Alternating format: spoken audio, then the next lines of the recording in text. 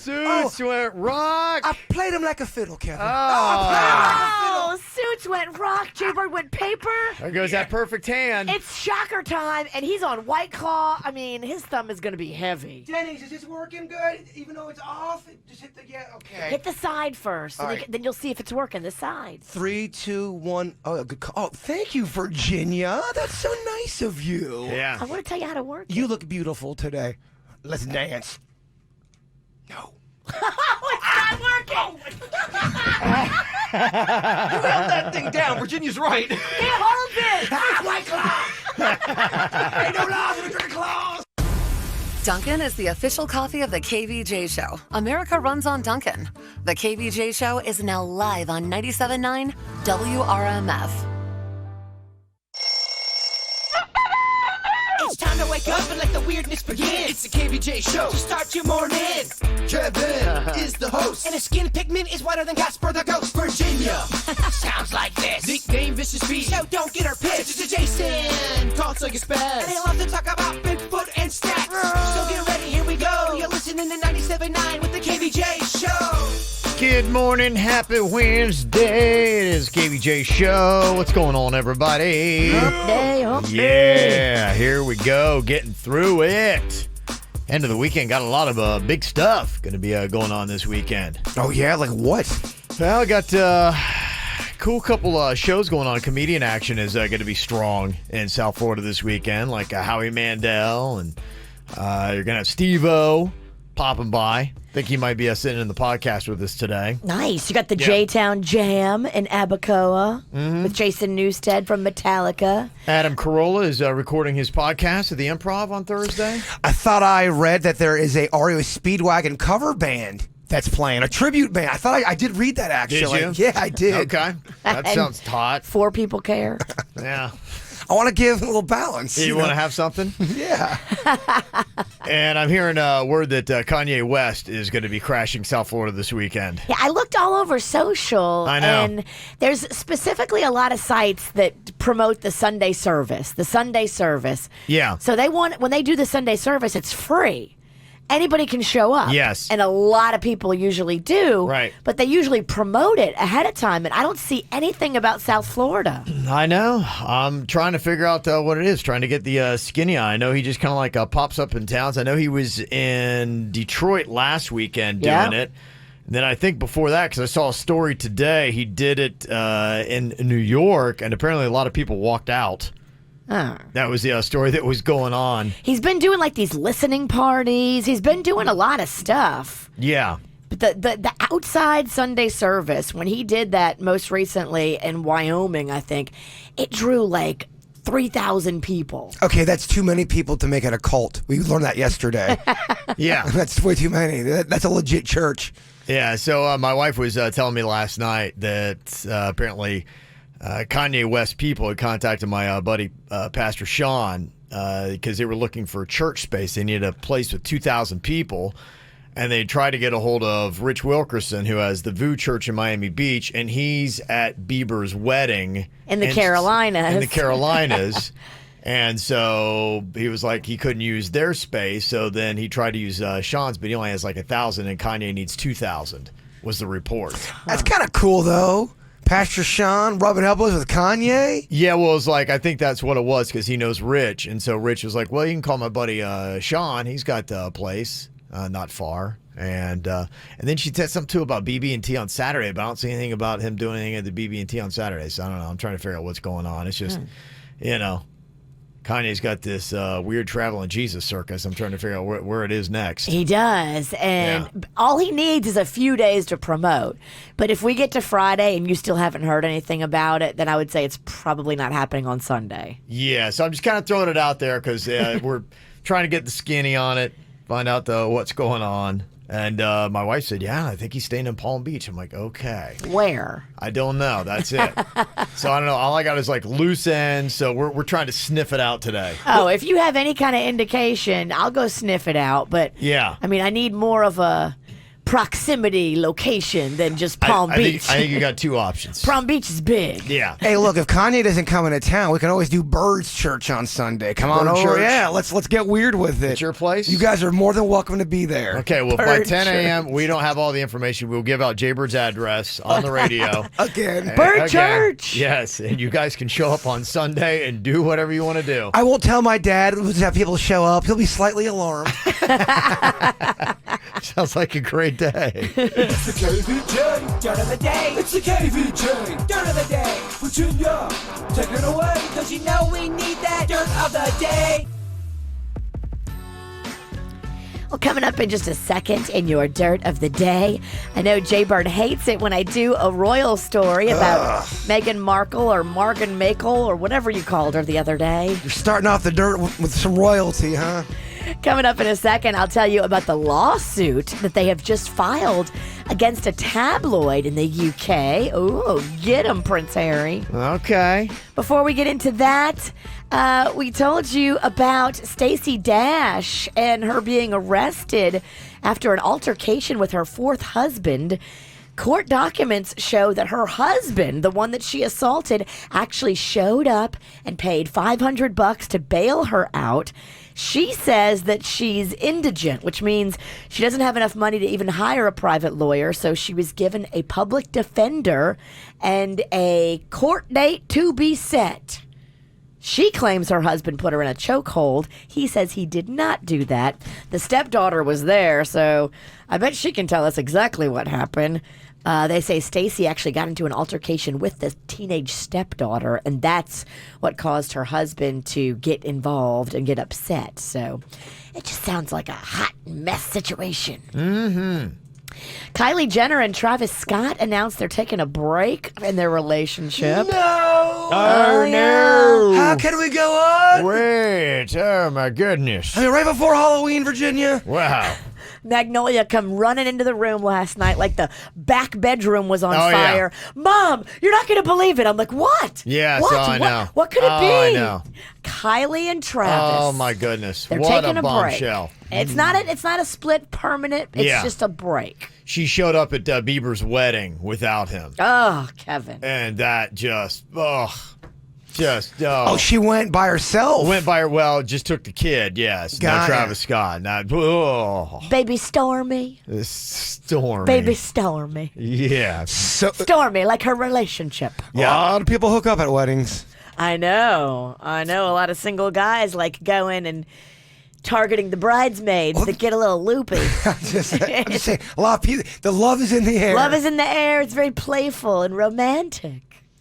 And finally, here, Prince Harry and Meghan Markle are suing a UK tabloid over a private letter that it published with the Duke and Duchess of Sussex, alleging that it was a secret file and that there were lies about the Duchess that had been told. And they're like, no, this is ridiculous. So they're going after them and suing them for unlawfully publishing stuff and manipulating the readers.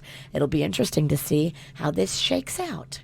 And that's what's going on in your Dirt of the Day, brought to you by the J-Town Jam in Abacoa this Saturday, brought to you by Con Air to benefit Little Smiles. It's going to feature Jason Newsted, formerly of Metallica, and now with his Chop House Band. They're going to be there. Grab your tickets at eventbrite.com. Look at you listening to the KVJ show on 97.9 WRMF. Lucky. What are you thinking about? What are you thinking about? What's on your mind? Are you thinking about? What are you thinking about? What you think about today, Jbird? There seems to be a trend on some terrible life coaches. Now, what does it take to become a life coach? Because I know a life coach in my personal life. I don't know them that well. All I know about this life coach is that they cheated on their significant other. They are a raging alcoholic. And then all they do is talk about how they can help anybody with their problems. They are in their mid-20s, 28-ish, late 20s, and they think they know everything. They try to help you with your life and point out all the things you're doing wrong. But if you examine their life, they are a freaking mess, man. pretty awesome. Well, there's so many of them, and I'm asking this question out there. What does it take to become a life coach? You have to get a business degree? card? I don't know. I don't think it takes anything. I think all you have to do is say, I'm a life coach. Is it like me saying, oh, I'm a pet psychic? Remember Caitlin from Big Brother? That type of life coach is what I'm talking about. These are people who, they really haven't had much experience in their life. If you're in your early 20s and you're telling me that you're going to life coach me, I'm sorry. I cannot take you serious. Not only that, they are an emotional wreck. And look, I'm an emotional wreck too. So I'm not expecting, you're here to help me. I'm not here to listen to your baggage. You're here to help me with mine. And it's just amazing that I'm seeing it a lot. All of these life coaches. And then even there was a guy on Big Brother this year. He was a therapist of some sort. He was awful. He was a terrible person. And, he's been hanging out, taking very explicit pictures with Tommy. I don't know if you followed them on social media, but it is weird, the pictures he's posting. Well, he told this one girl on Big Brother, Kev, they were, inseparable. He was saying how much he loved her. And Bella. Yeah, Bella. She gets eliminated, so she's out of sight, out of mind. He completely hooks up with another girl. He likes her now. And then in the jury house, he switched to Kat. Well, that's what I'm talking about. Yeah, he's a major player, and he's talking about how he's going to help people with their problems. He's a therapist, but meanwhile, we just watched you on TV for 100 days, just act like a maniac. Acting like a maniac, talking trash about all these people. He's the one you want to sit down with to help with your problem. Yeah, he's the life coach. If anyone knows, do you have to actually go to schooling for that? I want to know the criteria. There are classes and there are degrees. I mean, if we can call it that, maybe kind of loosely. It's some kind of certificate you get, some kind of course you take. And if you're driving around your life coach, I'm not picking on all life coaches. I'm just saying some of them are really spoiling the whole game for y'all. They're making y'all look bad. They are. And you should be pissed. They're knocking down, they're taking away whatever kind of meeting life coach has. Seriously, I can't take it seriously. My question is, who's hiring them? Can't people do? People hire them. Because I would think anybody who has any kind of money to pay somebody would vet their life coach and not just pay anybody who has the title of life coach. And anybody else who's not going to vet a life coach may not have a lot of money to pay him in the first place. Well, I'm not hiring a life coach unless I look into their life and I see that they are just nailing it.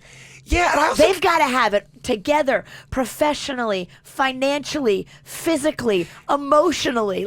They've got to be perfection. What's your criteria? Yeah, just because you walk up and say life coach, let me see, okay, what are your credentials? What do you have? What are you doing in your own life? What are you driving? Well, look, even people who go to school for it sometimes don't make great therapists. I told you about the one, I was in the middle of a therapy session, and the woman started crying and talking about her problems, and now I become the doctor, and she's the patient. Yeah. That is a mess. Isn't that crazy? That is a messy, disastrous mess. Yeah, so I don't know. I do highly recommend therapy, but you got to make sure it's the right person. You do, and you got to make sure the person has their act together. I always said Denny's would make a great therapist because Denny's in the beginning of his life went through the fire, had a little bit of some shadiness going on, had some hard times, but he's also intelligent and he's got a grounded mind. I feel like he could help people. And he's lived. Yes. He's now in his, what are you, late 30s? Well, how could somebody help you with a problem if they've never even gone through it? I agree. I feel like a lot of these life coaches are just failed bartenders that couldn't make a drink. I don't know what's going on, but it seems like it's prevalent. I don't know. What's on your mind today, Virginia? I'm turning into my mother. Oh, my gosh. I caught myself doing this trick to Magnolia that my mom did to me when we were little. So way back in the day when my mom would cook food for us, she grew up Mexican and poor, and there was a lot of menudo. So it's like this big soup where you just throw all kind of crap in it, and you don't really have to explain what's in it because it's menudo. And okay, it's got beans and it's got all this mystery meat in it. When we became I think when I was about 17 or 18, my mom confessed that a lot of times she would make us menudo and she would use cow tongue. Yeah. She would use like pig stomach, all this kind of weird stuff that we would have never eaten had we been children. Mom, you can't just chop up a couple of hot dogs? You got to get cow tongue? That's what they do, yeah. Children don't eat cow tongue, but we ate it not knowing what it was. So the other day, Magnolia doesn't eat any pork. She doesn't want any pork. she had an episode where they were dissecting a pig at school. Oh, boy. And it stuck with her, and she Yeah. was very upset by it, and that was it. No more bacon from that day going forward. But, on Mondays, I like to make red beans and rice, and nothing tastes better in red beans and rice than a little pork. So I slipped some pork in, and then she was looking at it. She's like, "Is there pork in here?" I'm like, No, that's not pork. It's rice." She's like, "Oh, okay." She ate it. Yeah, and then it's wrong. afterwards, I'm like, "Oh my gosh, I'm Big Linda. I have it's a cycle. I am the cycle." I'm not gonna lie, my mom used to do this to me, and I would hold a grudge. She would make me grilled cheese, and she would, instead of using butter, she would use mayonnaise, and hot mayonnaise grosses me out. I love me some mayo, but not when it's hot like that. And I'd be eating the sandwich, go, "Mom, did you put mayonnaise on?" "No, I didn't. I used butter. And there was the jar of Hellmann's. You knew it wasn't butter. And you take it personal. I stand with Mags on this. Yeah, parents will do a lot of tricky stuff with their kids' food just to get them to eat it. I think the worst that I'd heard was back in the day, if you ever grew up on a farm, every now and then you get fed your pet. You didn't realize it. Our old producer had that was an old farm happen. trick. That happened to my mom. Yeah. She got fed her chicken. Yeah, that's an old farm trick. That is a rough. That's next level. That stays with you. I feel like you have to grow up pretty fast if you live on a farm. You gotta get it together. It's tough. It's tough living. You become an adult quicker. It is. It is some tough living, man. I'm telling you. Well, if you are lazy, this is going to be great news. If you hate taking out the garbage every single week, there is a new invention called the Smart Can that will automatically drive your garbage right to the curb for you. Okay, I like it. It is kind of cool, and this is always the big question: is are we making ourselves too lazy in life? Is it going to come back to haunt us, or are we just making things more efficient so we can spend better time doing things that truly matter?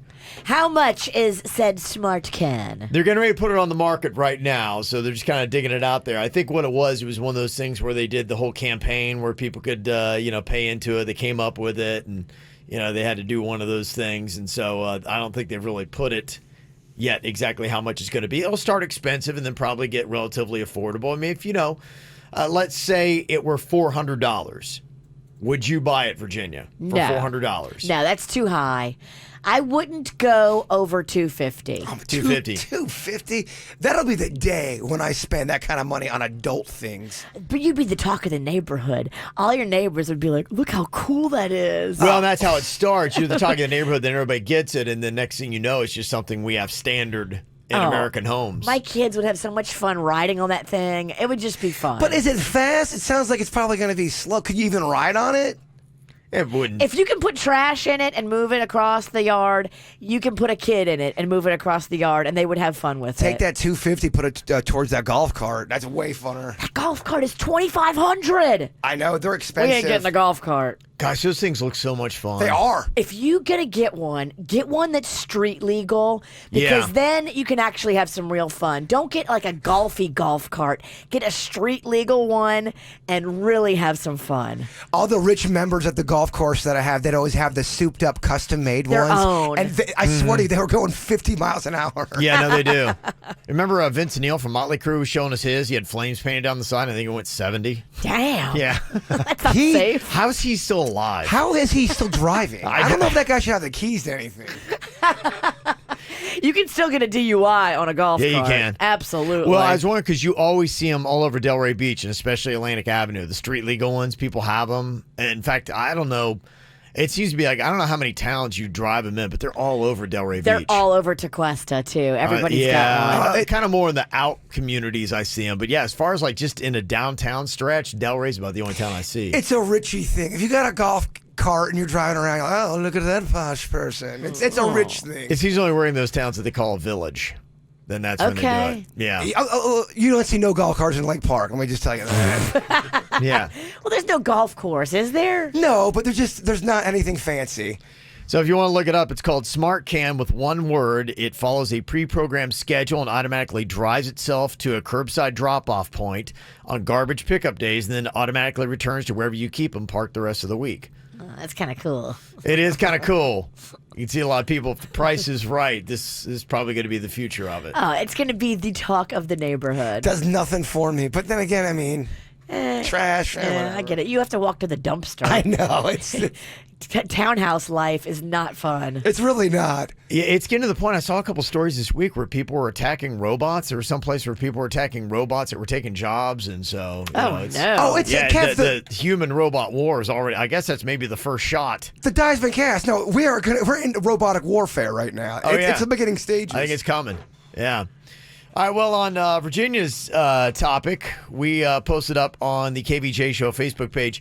When did you know you were becoming your parents? Oh, look how topical I am. You are so topical, Virginia. Yes. Sneaking food in Magnolia's bowl. Yep, that is Virginia. So when did you notice you did something that your parents used to do? You can hit up our Facebook page or you can call or text us 877-979-WRMF, 877-979-9763. Get the info on everything that's going on with us at kvjshow.com. Well, Virginia just said a minute ago she realized that she was becoming her mom when she started putting objects in her kids' food and then lying about what it was, knowing they wouldn't eat it otherwise. Right. Sneaking a little pork in there, huh? Sneaky pork. I don't agree with that move, by the way. Well, look, it was delicious. They loved it.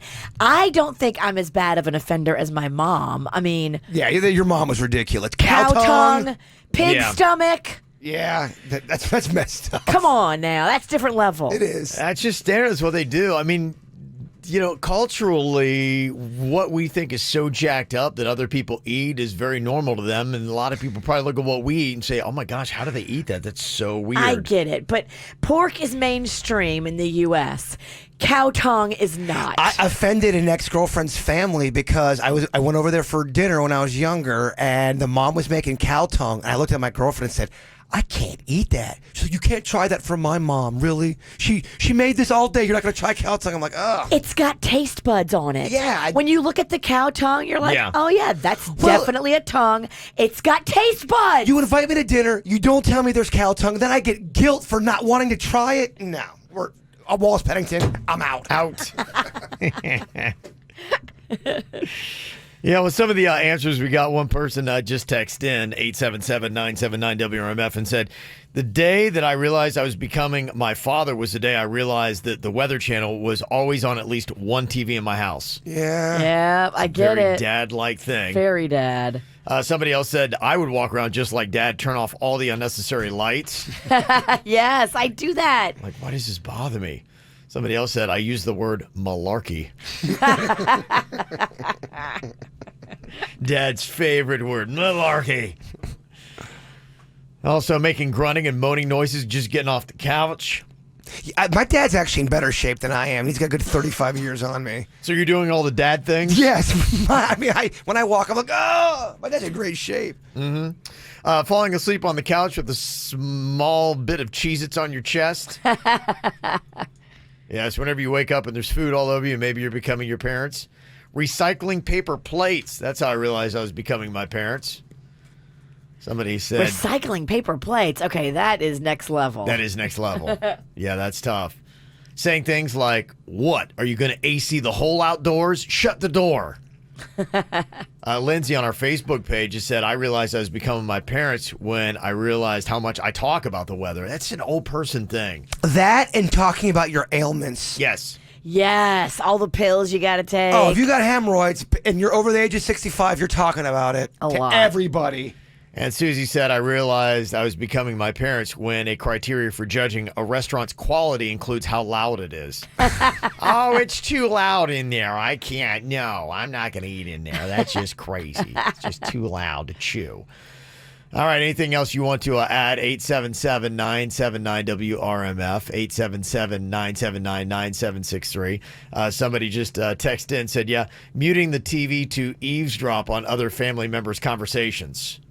I think that's just good Do you detective work. Do you become nosier when you get older? Do you think? I've always been nosy. Yeah, I was going to say. So if you do, look out for Virginia. Oh, my gosh. I think it depends, too. If you got kids and you're worried about them, you feel like you are allowed to be nosy, I think. If you're trying to see if they're up to no good. That's not nosy. No. That's protecting. Exactly. I realized I was becoming my parents when I had to be at the airport 2 hours before a domestic flight. Oh, my gosh. That would kill me. Yeah, I know, Virginia. You know me. I like to hit the door of the airport with exactly like 50 minutes to get from my car to sitting down in the airplane. I don't like to sit there and wait while they're boarding. I go right when it's my turn to get on. I know my dad's talking about going to Oregon. He's like, you want to make sure you get to the airport 2 hours before. I'm like, Dad, there's Not no PBI. No, any airport. No. Any airport. I'll never get there 2 hours before. Miami Never. or Fort Lauderdale, maybe give yourself an hour and a half. But PBI, I can do it in 50 minutes. Okay, got it all figured out. You just have to pray that there's no like some dramatic thing going on at the TSA checkpoint. That's Right. all. Because if you turn the corner and you see like a big line, you're like, uh-oh. Yeah, I think they are. I feel like they are getting better. They're doing different things now to, make it go quicker. I mean, they really started this in 2001. So here we are almost 20 years later, and I feel like they're finally starting to make the process a little bit more streamlined and quicker. Some airports now, some you get through really fast. PBI is one of them. But others like Vegas, LAX, oh my gosh. I could not believe how long it took. I jumped into a conversation that was happening. I can't remember, it was like on Instagram or something like that. And there was somebody that was younger that didn't know what it was like going to an airport before 9/11. And they're like, well, what was an airport like before 9/11? I remember one time taking a flight, and I looked at the clock, and I'm like, my flight takes off in 15 minutes. I should be all right. And I got to PBI and got on the plane, no problem. Oh, it's great. Like that quickly. I was there in like 7 minutes, and I was through the door in like 3. Did you hear recently Molly Shannon was telling a story about how when she was a kid, her and her friends went to the airport and snuck onto a flight? Like, that would never happen now. Wow, yeah. She was just telling the story about how when she was like 11, and her dad encouraged her and her little friend to do it. And they went and they did it. They snuck on the plane, and then they called their dad from New York. They're like, we made it. He's like, oh my gosh. Yeah, I didn't even think about that. I had never flown before 9/11, so I don't know what it's like either. My first flight was with this show. Mm-hmm. We went out to California. Okay, yes, you didn't know what I it was did like. not know. Raised in a box. I just didn't know. You're like a veal. He is. He's so tender. Aw. He's so tender. You're so tender. So tender. Raised in the Sweetie. dark. So tender. Delicious. Yeah, my mom didn't fly well either. How many times did your mom fly in her life? She flew quite a bit actually, but it wasn't easy. Somebody said I knew I was like my parents when I started swearing in Polish. Yes, if you come from a heritage like that, when you start breaking out the Spanish curse words or whatever, you're like, okay, I'm turning to my parents. That's just the way it goes. When I started shuffling my feet when walking instead of picking them up, that is an alarming thing. Be like, why am I shuffling my feet? What am I doing? Uh-oh. And when you do these things that your parents did, it is kind of alarming at first. You're like, oh my gosh, I'm getting old. It's terrible. This is what I vowed would never happen, and here it is happening. Yep, that's it. All right, some fun stuff you can hit us up with. All right, coming up here in just a second, got some tickets for you to take the kids to the Kidz Bop. They are going to be coming here to South Florida. See, I'm still curious about that as I start thinking about like what the Kidz Bop World Tour is, because it's kids singing. So are you taking... because the show's December 1st, which most kids would be in school. So are these kids wanting to be like child stars, and then they have like tutors that roll with them, and then they do a casting for it? Yeah, it's like a touring company of a Broadway show. Okay. Those kids have tutors. They have people homeschooling them on the road, and they perform. That's exactly what it is. I'm looking at it right now. You can see the kids, kind of probably like a Mouseketeers Club thing. It probably looks a lot like a Mickey Mouse Club. There's probably little skits, little bits, and a lot of singing. A lot of acting, just like this. Yeah. We're so happy to be here, guys. I love it. I love Kid acting. I love kid acting. It's like everything on the Disney Channel. Yeah. Yes. Yes. So we'll get to your Kidz Bop World Tour 2019 tickets. Coming up here in just a couple of minutes, jump on to play 877-979-WRMF if you want to get the hookup on that, 877-979-9763. Well, it was an interesting little post that somebody put up on our Facebook page yesterday. If you go onto our YouTube channel, we're posting up a video. We did the KVJ 48, and we're raising the $200,000 to take over the Bahamas. We're now in the process of getting all the money together and then figuring out exactly what we're going to do. Virginia's already gone over there. She made some videos in the Bahamas with some of the supplies that we have. We've got a school that is targeted that we're really going to work to rebuild. The kids start back in the Bahamas today, correct? They do. They go back today. Part of the school is completely unusable. So what they're going to do is they're going to move all the kids to the part of the school that is usable. But even the part that's usable, there's leaking all in the insulation. All that's got to be ripped out. They've got to get all kinds of new appliances, the fridge, the stove, all that's bad. Yeah. It's all bad. So we've got to go in there and do a lot of work with the school, and that's going to start almost immediately because they have what's called tariffs and taxes. So everything that you bring into the Bahamas, you have to pay tariffs and taxes on the value of it. And sometimes it's 100%. So if I bring over there a car that's valued at $5,000, I've also got to pay $5,000 in tariffs and taxes. Oh, wow. So now it's a $10,000 thing that's really only $5,000 in value. But until the 15th of this month, they're waiving the tariffs and taxes. Okay. So we're going to try to get all of our stuff over there before the 15th so we don't have to pay any of those. Yes. That is the only way we can afford to do it. Because Right. imagine, everything doubles in cost. That's insane. Not cost effective to helping these people. Yeah, that's really just it that, we started to find out, and we've known from previous storms, and each time a storm happens, I think we get better because we realize what is tough about it. And going into this one with Hurricane Dori, and we knew first thing when we saw the storm hitting was the toughest part is just getting the supplies to the people that needed it. We learned a lot from Hurricane Maria with Puerto Rico. The easy part is here mobilizing Collecting. Yeah. Floridians to Right. collect. That is the easy part because everybody here is so generous. The hard part is getting it into the Bahamas and then getting it to the right people. That's the tricky part. Yeah. So yesterday we recorded an interview with Jareth from the Bahamas. We talked to his wife during the KVJ 48, and there are a couple things that stood out to me when we talked to him. One that was really cool is just how much they listened to the KVJ show and WRMF on Grand Bahama there, and they were listening the whole time. And I know, we were talking to them because, they're the same distance if you look at Jupiter to Boca as they are from us. Yeah. And so our signal gets over there, and they listen to us in the Bahamas. That totally blows my mind. Yeah, I thought I that was didn't really realize cool. the Bahamas was that close. It's so close, and we need to get you over there. I'm so We excited. got to get your passport processed. Yes.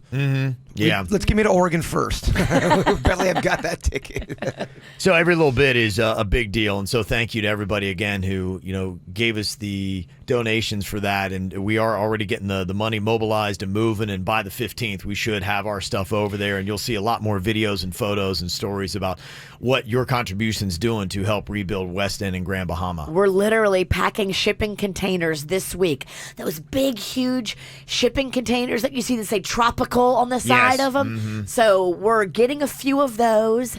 Some of them were being loaned to us, and some of them we're going to actually purchase because when you buy all these building materials and you have all this stuff, the sheetrock, the plywood, the hammers, the nails, you have to have a place to store it. And so it's got to be safe from people stealing it, and it's got to be safe from the weather elements. And so we're actually going to purchase a few of these containers, put them in West End, and keep the building materials in them so they're safe and dry and able to be used for the months ahead. But that's this weekend. So starting on Friday, packing the shipping containers. So I'll have great video of all that going on. Well, getting better at these storm things. Yes. Well, we got the Kidz Bop tickets for you. We're going to play the Kidz Bop match game. Now, it's just amazing just how artfully Kidz Bop can replace a dirty word and clean up a filthy pop song. It really is amazing. All it takes is just one little tweak to the song, and all of a sudden, it's kid-friendly. Yesterday was a little challenging. It's a hard game. It's not easy.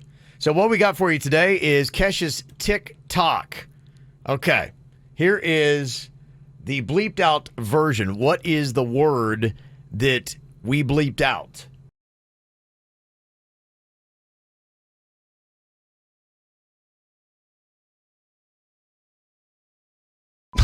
Okay. Now, the original lyrics in Kesha's TikTok is rolling up to the parties, trying to get a little bit tipsy. That's what it What are originally these kids was. covered Kesha for? The club song. Yes. Getting tipsy. Okay, so Kesha says trying to get a little bit tipsy. What is Kidz Bop trying to do? Instead of tipsy, what word did they replace tipsy with? That's what we're looking for here in the Kidz Bop match game. Any guesses, Virginia? What you think they might have replaced tipsy with? Tipsy. What are the kids trying to do instead of get tipsy? They're trying to get a little bit frisky. Oh, gosh. That's wow. Maybe not. Frisky. way weirder. Trying to get a little bit frisky. Oh, man. Kidz Bop's making me feel weird, Kev. Maybe that's a bad Like one. Virginia's making me feel weird. That's a real thing. Yeah, frisky. Trying to get a little bit frisky. You know what that means, right? What are these kids doing? No, maybe not. Maybe not frisky. Frisky doesn't seem. I will tell you right away, it's not frisky. Okay. So don't bring that answer. Virginia is completely wrong. Kidz Bop is not trying to get frisky. That is not going on. Jbird, do you have a guess? Get a little lippy. Trying to get a little bit Little lippy. lippy. Okay. Lippy and frisky. It definitely sounds sexual. These are terrible. I don't like this Kidz Bop game, Kev. We feel dirty. I do, man. I swear. We Trust have me, it's clean. we have innocent intentions. I just don't think you guys are very good at cleaning things up. It feels dirty, and when they sing it, it sounds so horrifying. I don't know if I just like this. Okay, let's see if Paul's got a guess here from Port St. Lucie. Paul, what do you think the word is? Instead of tipsy, what did Kidz Bop make it? I bet misty. Misty. Trying to Misty. get a little bit misty. Remember those skinny cigarettes back in the day called Misty? Why are all the adult answers sounding so dirty? I mean, Misty's kind of a dirty one, too. Trying to get All a the kids little are getting bit misty? misty. It's not misty. No. Okay. Here's the clip again. What do you think?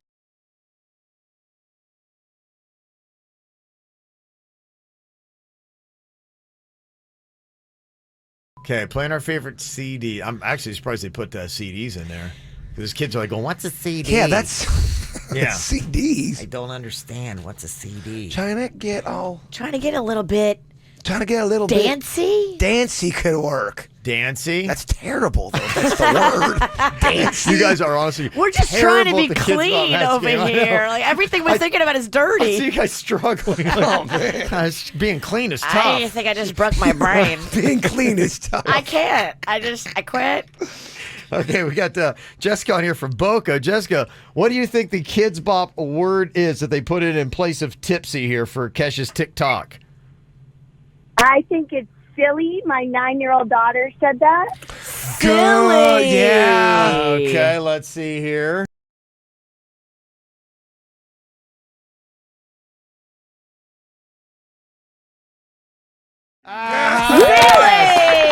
That's good, clean fun right there. Yes. Silly is good, clean fun. Yay. Frisky is not. No. No. Misty is not. Misty is definitely Lippy not. is not. Yeah, No. not either. Well, Sorry, kids. Congratulations. We are going to hook you up, Jessica, and you and your daughter are going to go check out Kidz Bop World's Tour 2019 at the Fillmore, Miami Beach on December 1st, okay?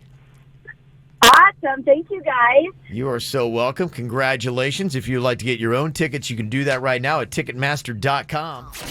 This is 97.9 WRMF Palm Beach. It's the KVJ dirt of the day. It's the KVJ dirt of the day. Virginia, take it away. Cause you know we need that dirt of the day. Well, coming up in a second, Matthew Knowles, Beyonce's dad. I don't know how much she really has to do with him anymore, but he's going to be on Good Morning America talking about his diagnosis. What is going on with him? We'll get into that coming up in just a second. Before we do that, Joaquin Phoenix was on with Jimmy Kimmel, and with all the hype around the new movie, the Joker movie coming out, I guess he had some kind of altercation with somebody on the set. Yeah, he got into one of those things where I don't know if it was like a production hand or somebody that was working with the lighting. They get into a little confrontation and the cameras were rolling, and that's the clip they played in front of Joaquin, and he seems to be uncomfortable that they did that. But then other people are saying Joaquin's people had to send the clip to the Kimmel show, so don't they know what they sent them? So is this all a big a big thing, a stunt. Well, yeah, it sounds stunty, but I can't figure out why. The audio's here. You can tell. You judge for yourself to see if Joaquin sounds like he's uncomfortable. So here he is on Kimmel. I feel really awkward. This is a weird kind of thing that's going on here, and yeah, pretty much. That's kind of what Kevin did. Oh, that's I don't right. have any audio. Oh, we don't have No, it. I can't play any audio. Our other computer, other than the other broke, our board's broken, our computer's broken. Oh. So any clips you want, I'm going to have to act out. I'm sorry. I thought that it was in the iPad. No. Oh. No. We don't have anything. Your hair looks great. Yeah, we're just, That's not broke. We basically have taped together this show. It's barely, it is, yeah, things are falling off. It's kind of like that car going down the highway with duct tape holding on the bumper. And Oh, you missed it last week when you were gone. The first day the VJD show dropped. Yeah. Our phones were broke for 3 hours. We didn't have phones for 3. We had so many phone bits to do. We couldn't don't do it. have a lot of things at work here. Okay. All right. So no audio. No. Well, Our mics work, and that's a big plus. Today they do. Today they do, yes. Tomorrow probably not. here's something that'll make you happy. Mm-hmm. A story about Gene Simmons. You guys love Gene Simmons from Kidz. I actually don't love Gene Simmons. That's the funny thing. Sad for him. He has to go on a break from performing because he's got kidney stones. They admitted him to Cedars-Sinai Hospital yesterday to undergo a procedure to get rid of his kidney stones. He had a stent put in. Oh, dang. Yeah, kidney stones. Back in the day, this is not his first battle with kidney stones. He ended up putting one of his kidney stones up on eBay, and they got $15,000 for it for Of course charity. he did, yeah. Oh, he gave it to charity. He gave it Okay, to well, charity. that's nice. Yep. Usually pockets all the money. No, he gave that one to charity. Why is at the doctor? Can they remove that chip on his shoulder or no? I don't know if that'll come off. In other news, yes, Beyonce's dad, Matthew Knowles, has been diagnosed with breast cancer. He's opening up about his personal battle for the first time today, this morning on Good Morning America.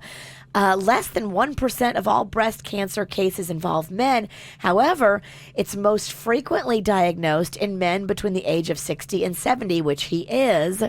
According to the National Breast Cancer Foundation, the mortality rate is much higher for men when they get it because they don't get the mammograms and the ultrasounds like we do. So check out Matthew Knowles on Good Morning America this morning. That's what's going on in your Dirt of the Day, brought to you by the J-Town Jam. It happens this Saturday, Abacoa Town Center. It's an event to benefit Little Smiles, sponsored by Con Air. I have so many Con Air products. Love Con Air. Do you like the movie too? No, not as much. You can buy your tickets for J-Town Jam featuring Jason Newsted, formerly of Metallica, right now on Eventbrite.com. Got some celebrity birthdays going on here today. Kelly Ripa turns 49. And Sting, can you believe, is 68 years old? And looks fantastic. Sounds great. You would never thought that 1983 ever left for that guy. He sounds like he's in his prime. Yeah, he's doing very well. It's what healthy living does for you, right? And Yeah, he's all into that. Yoga. He does it right. Meditation. there's no way he's not a vegan. There's no way. You're right. I don't know for sure, but I I'm know. just saying there's no way He's got the not. look. There's no way he's not. Let me see a birthday shout out to all the way to Minnesota. Happy birthday to Carrie. We love you from Amy and Dan. We've also got a birthday shout out that is going on here to Amber. She's out heading to work today. That's from Angela. Also, we got a birthday for Ramsey. That is going on there. Ramsey. It's a great name. That is, a.k.a. Rambo. That's from Mama, Daddy, Jensen, and Gunner. He's turning 11 today. That's a big birthday for 11-year-olds. Also, shout out to Santiago, Sweet Pea. Happy first birthday, our miracle baby. Aw. That's from Sunny and Viviana. So, very sweet stuff. Thank you so much for your birthday submissions. Send them to us. Mail at kvjshow.com, mail at kvjshow.com, and we will get those in for you here on the KVJ Show. How'd you like to win $5,000? It is the KVJ 5K triple play every single weekday. We're going to be playing 3 songs Now, 97.9 WRMF does the best variety of the 2000s, 10s, and today. So we got a song from each of those categories. And the 3 songs you need to listen for today is Lady Gaga's Bad Romance. That is the Lady Gaga. I never get sick of that song. That's a jam. I love that song. That is the one song I hear, and that's from the 2000s. That's her best yet. And since you don't have your computer over there, we can totally be the audio clip of the song that you needed. Oh, okay. Oh, yeah. great. I want you to want me. I want you to need me. I want you bad, bad, bad, bad. Go. Romance. I want your loving. I want your... All right, I shut it off for you. Yeah. Virginia we kind might have to kill that idea. of brought down the duo. I thought I nailed it. It sounded like a Muppet on meth. I mean, that was awesome. From the 2010s, you got Ellie Goulding and Lights. Sing that one, Jbird. Lights, lights, lights, yeah. Thank you. All right. And your song from today is Dan and Shay's Speechless. Because I'm speechless. There you go. Thank you. 3 songs. Lady Gaga, Bad Romance, Ellie Goulding and Lights, and Dan and Shay, Speechless. That is your KVJ 5K triple play. You hear those 3 songs in order today. As soon as that Dan and Shay fires up, hit us up. 877-979-WRMF. Caller number 9 is going to pick up $5,000 right here. Just people listening to 97.9 WRMF. We got that for you. No, there you go. That is Justin Bieber still enjoying his South Carolina wedding. Guess they did that on Monday. They're dropping down how much they spent on it. Jbird, how much, if you had to guess, do you think Justin Bieber spends to get married? Oh, he's going to go at Men's, he's going to go 5.5 mil. 5.5 mil. Is that too low? That's too high. Too high? Yeah. Apparently he did some cost cutting. They said over $500,000, over $500,000. That's a kind of humble wedding for the old Biebs. Yeah, considering I guess how much he can bring in. Yeah, most celebrity weddings are like over $1 million. Oh, yeah, so cool. $140,000 for the hotel, $150,000 for the wedding planner. Wow, that is very expensive. $150,000 for the wedding planner? I have so many weddings to go to in the back end of this year. The end of 2019 is... And you love weddings. Oh, my gosh. Because they're all traveling. When you think a guy that supports matrimony and love, you think Jbird. I'm not kidding. With all the weddings I have to go to, I think I'm about to drop $4,000. I'm not kidding. From traveling and seeing people. And booze that you're going to have to buy to get through it. Booze and food. Yeah, it puts a lot of stress. Well, there's just so many weddings in 2019. Mm-hmm. Yeah. Justin Bieber, his net worth, I think he's worth over like $250 million. He's not messing around. No. Yeah. So that is a pretty, I guess affordable wedding. But didn't he already do it? I think they had already done something, right? They got the paperwork, I think, at the courthouse and did all that. But this is like the official ceremony with all the friends and the family, and they've taken over this whole resort, basically. So, like, if you're a hotel guest, they've been trying to shuttle all the real hotel guests out of there because none of them are allowed to go to the spa or the pool or any of the public areas because Justin's wedding has taken over the whole place. Okay. Yeah. That's usually how you do it, right? Yes. Take over the whole dang place. Well, if you're a Richie Rich and you like having places to yourself and you like going to the Keys, but there's just too many people around there, you could actually buy your own island. Ooh. That's kind of cool, huh? I'd rather buy part of the moon. You could buy land on the moon. I'd rather do that. I'll sell it to you. All right.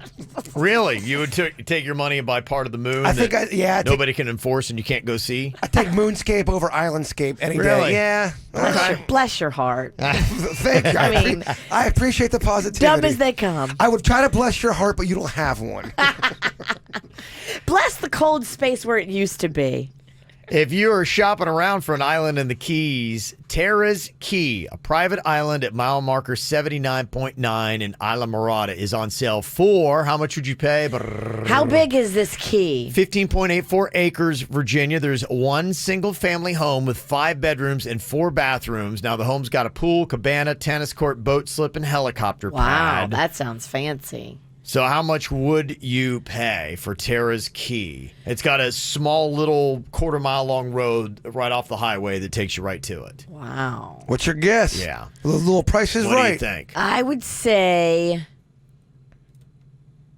80 mil. $80 million. Interesting guess. 80 million. I have my guess. Jbird. $80 million and one. I got to tell you, that dollar that you just did, just lost it for you. Oh! Yeah. Dang it. Yeah. How much is it? But Virginia overbid too by a lot. It's only $17 million. That's it? That's it. $17 million. It's kind of a modest looking home. If you see it, it's something that, you wouldn't be, it's like not a massive mansion. You're paying more for the scenery and the location. When you say like a private island, 15 mil. 15 acres. It's, I guess in grand scheme of things, it's not overly massive. Oh, if I had an island, I would custom make. I'd make it a pie-land, and everywhere you would go, every part of the island would have some type of pie. Pies galore. Pizza pie, a little moose pie, a little peanut butter pie. Island. How much food are you wasting on this island? No, it's not. It's That's not waste. It's all Who's for the eating it? The people The that ants, the bugs. the people that I invite, and you guys ain't invited. Okay. If you get an island, we are I invited. know. I get it. You Can't are. uninvite us from the island. I want you guys to invest. We don't have any money. Yeah, 17 million. I mean, not that that's, but that seems actually like, okay, I get, because you are on an island right there. That water's beautiful. You'd be surrounded by it.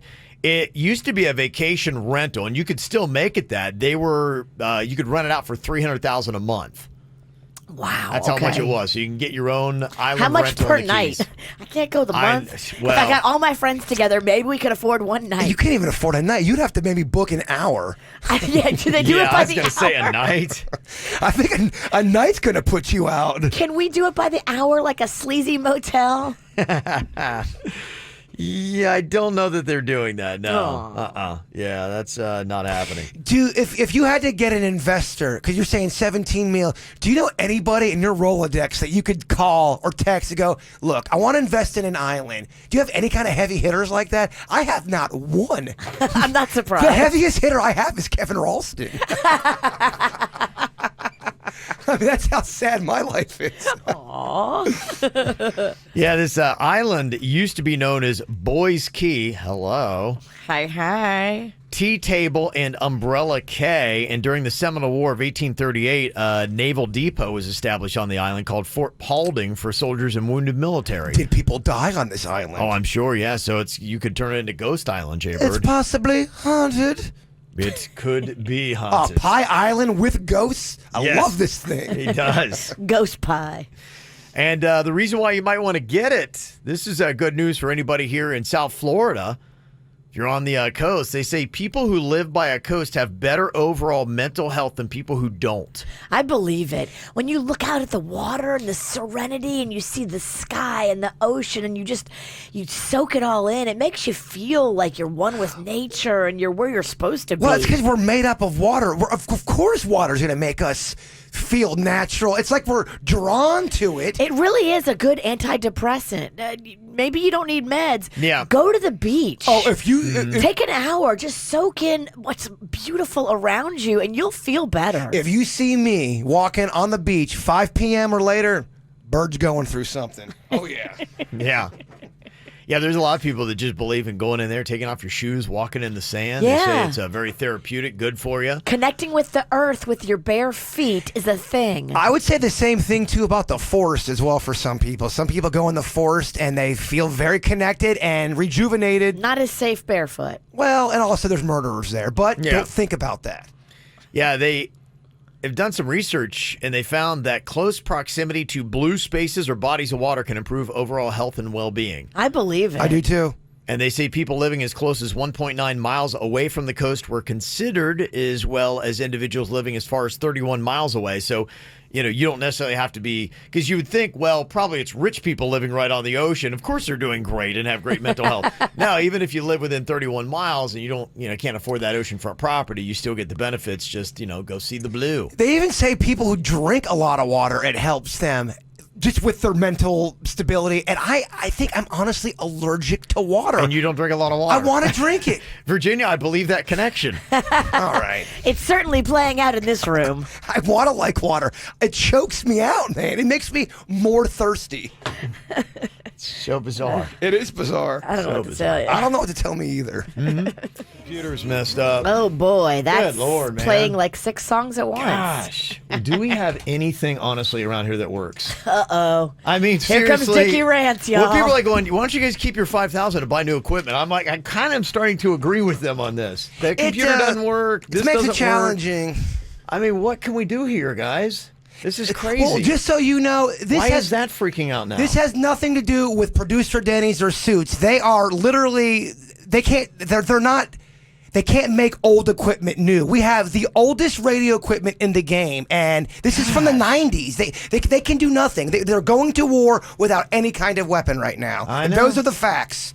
And it makes us look horrible on the air. Nah, we're not we honestly, our control board doesn't work. Our replay for audio does not work. That thing does not work. The computer that plays the music and commercials does not work. Phones work every other day. Phones don't work. Yeah, we really have nothing that works at this radio station. Well, then everyone's like, oh, you guys are so low budget. And that's fine, because we're low budget, but it just gets tiring.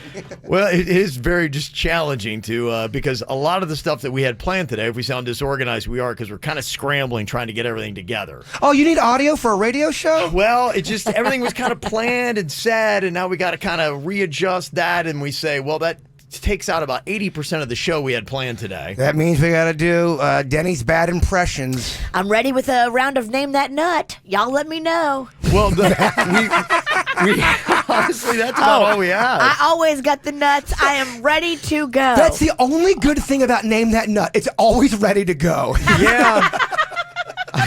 In case Despite our one manager came in here and said, I cannot be plugging the leaf blower in anymore, but, you know.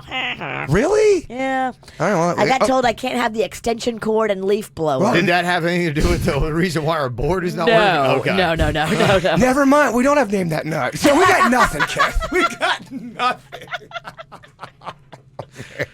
Wow. Gosh, it is so challenging. It really is. Hey, you know Very what we tough. could do? We could bring back the Connect 4 tournament. Yeah. I think at this point, I'm just kind of like looking down through everything. I'm going, our plan B and plan C are not going to work either. So it's tough. It is tough. So I do apologize. We're doing the best that we can with the crappy equipment we've been given. But it is not easy to do a radio show here. Good news, Bird. My daughter, Magnolia, made you brownies with a cookie bottom. I was supposed to start my diet today, but all this Cookie bottom. It's a cookie bottom. You know, you eat that, you're going to have a cookie bottom. It's cookie on the bottom, brownie on the top. I was going to start this diet today, but all the breaking of the equipment, I'm so stressed. I'm stress eating over here. Eat a cookie bottom. I can't take this. Somebody said this in a second ago. You're talking about how you have a hard time downing the water. And somebody sent out a list from CNN Health about the liquids that actually get you the most hydrated.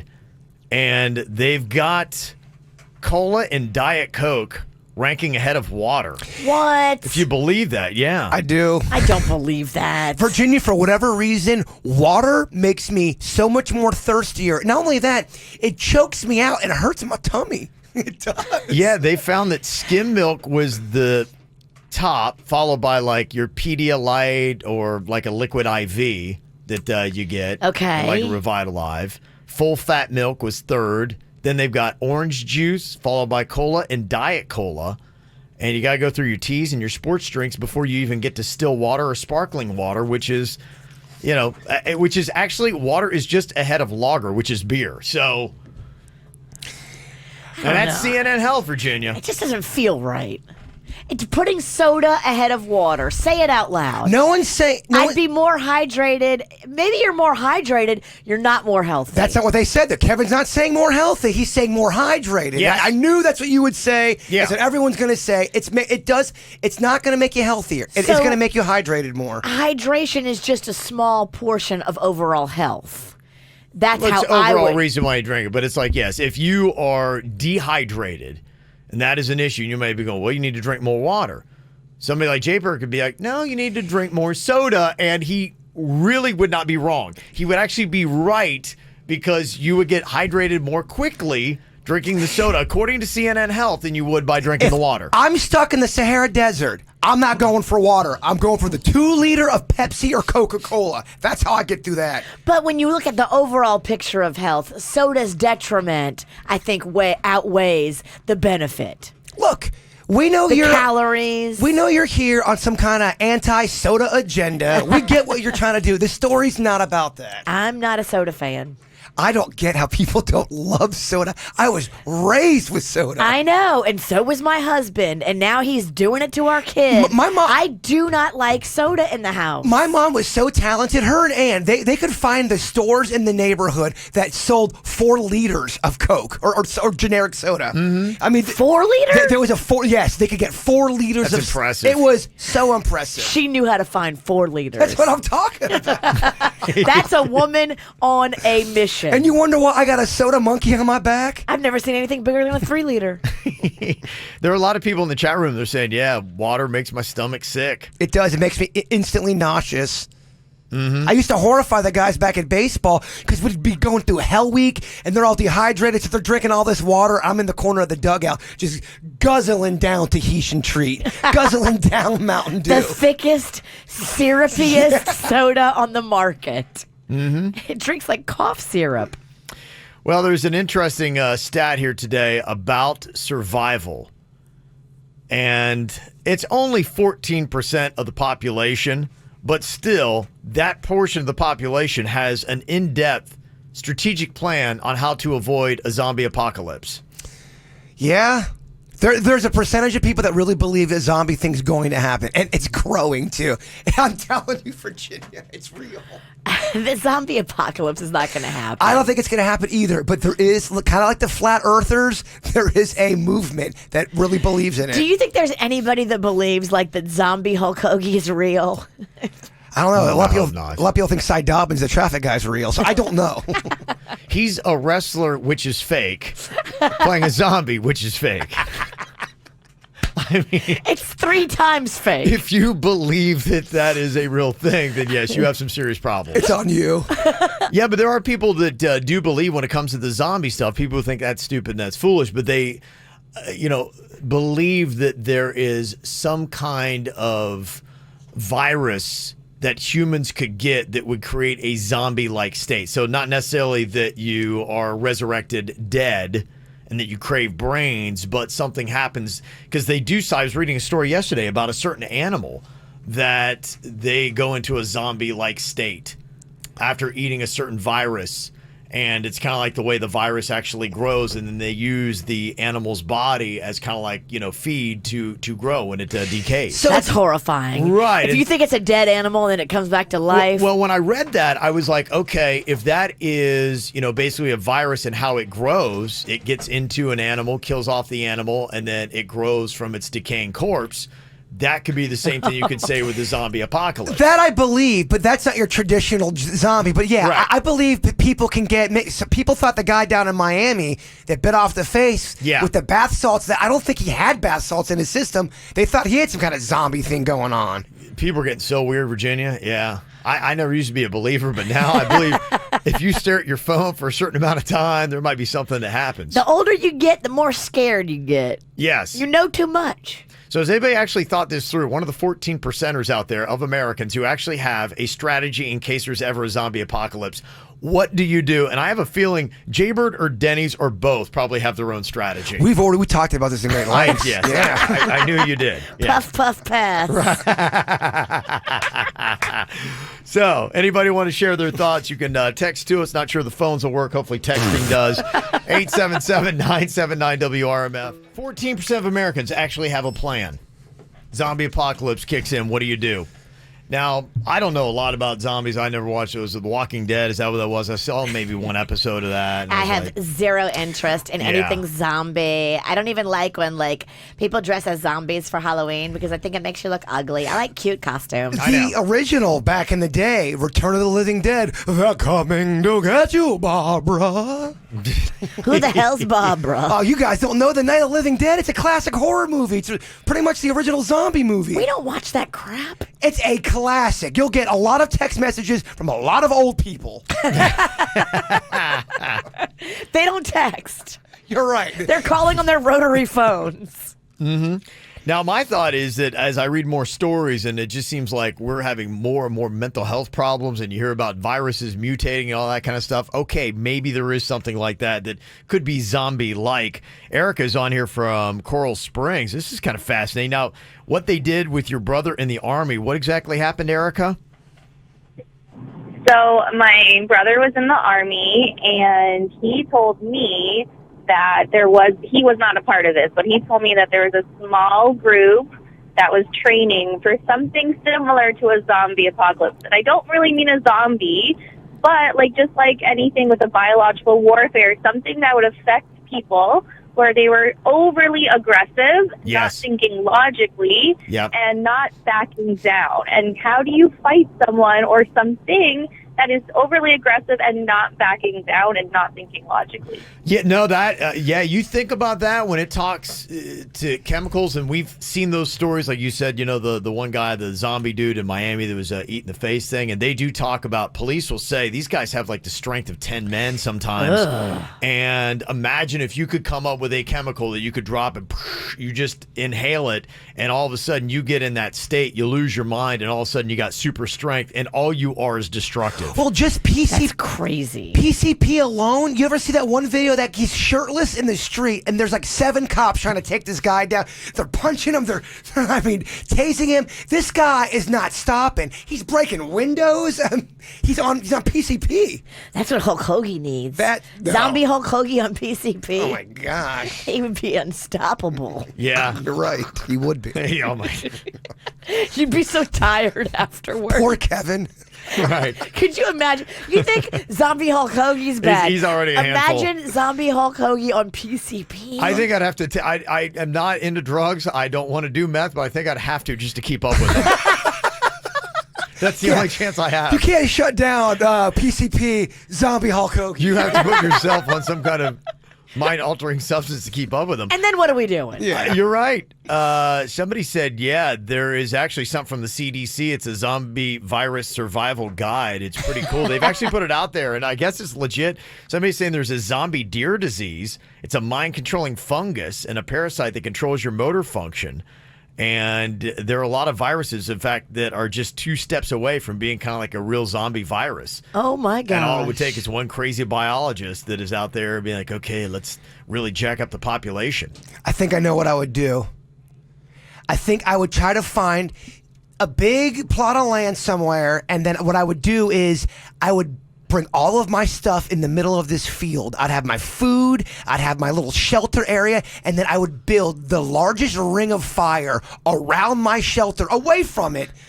And burn all my stuff and myself inside of it. Absolutely not. You're in the middle. You're away from the fire. Zombies can't go through that fire. So now you're protected by the ring of fire. When the zombie apocalypse is over, you have your little hose there. Knock down the fire. What if the zombies come with a water can? They won't. Zombies don't know about water cans. They never have. It's part of their profile. They don't like water cans, Virginia. Stop ruining my idea. What if we give the zombies super soakers? You're screwed. No, zombies do not use super soakers. Some of the strategies, Chad texted in. He said, my plan is I'm going to surround my house with treadmills. What? I guess if they were walking towards his house, they get on a treadmill. They keep walking. You just look out your windows and there's a bunch of zombies on Okay, that's an interesting strategy. That's funny. To me, if I'm trying to avoid the zombie apocalypse, what I think the best strategy is, it feels like you would lose your motor skills. So you would want to go to a place where eye-hand coordination is key to be able to get to somebody. I feel like swimming, or if you could find, what is that Ninja Warrior course? American Ninja Warrior. If you could get on an American Ninja Warrior course, I feel like you might be safe if you could get to the middle of that somehow. But I think if you're out like on a boat, right? A boat would be the best way, because can you see zombies? People are in a zombie-like state trying to swim to get to you. Kevin don't know about them aqua zombies. You don't know. They have Zombie aqua zombies? shark. Yeah, zombie sharks, Kev. Zombie baby shark. If the whole world's going to hell, why can't sharks become zombies too? Yeah, that doesn't feel like that would be in trouble for me. You don't like the Ring of Fire idea? Well, the only thing somebody said, tell Jbird that fire does not kill zombies. Signed in from a zombie. That's who sent that in. They do. Fire kills zombies. I think what we're talking about, if you had a real viral thing, like they would probably just plow right through it. They'd be like, on fire. Who cares? They'll wait till it's rainy outside, and then they'll attack you. Rain. Damn it, rain.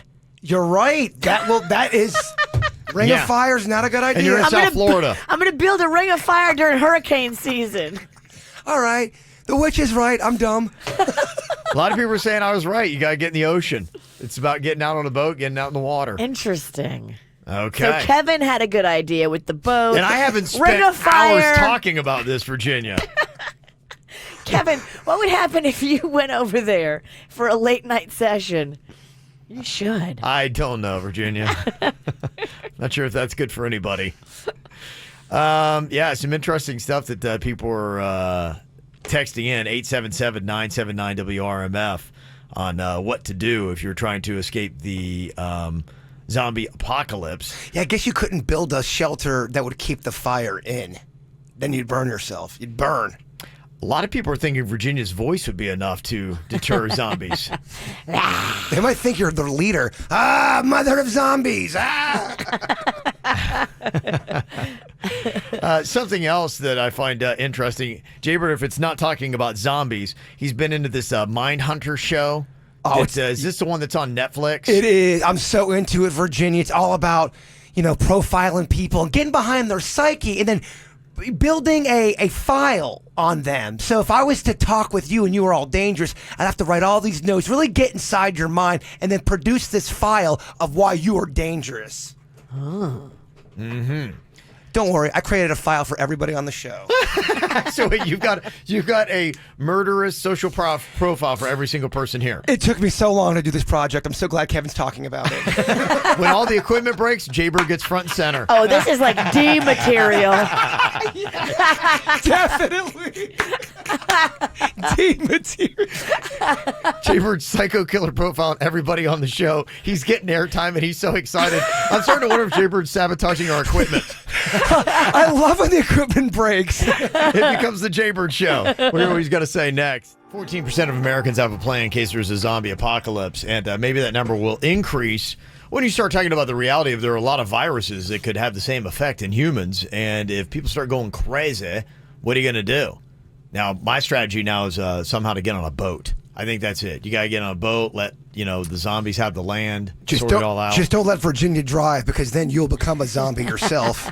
She's not the best boat driver. Not the best car driver either. Who would make the scariest zombie here on the show? Virginia. It's not even close. It's Virginia. You think she's a scarier zombie than you? She's horrifying alive. Imagine her with the strength of a zombie. Oh, my gosh. And a more devious spirit. Oh, you think she can't stop now? Zombies, they don't quit. You can't kill this. No, I know.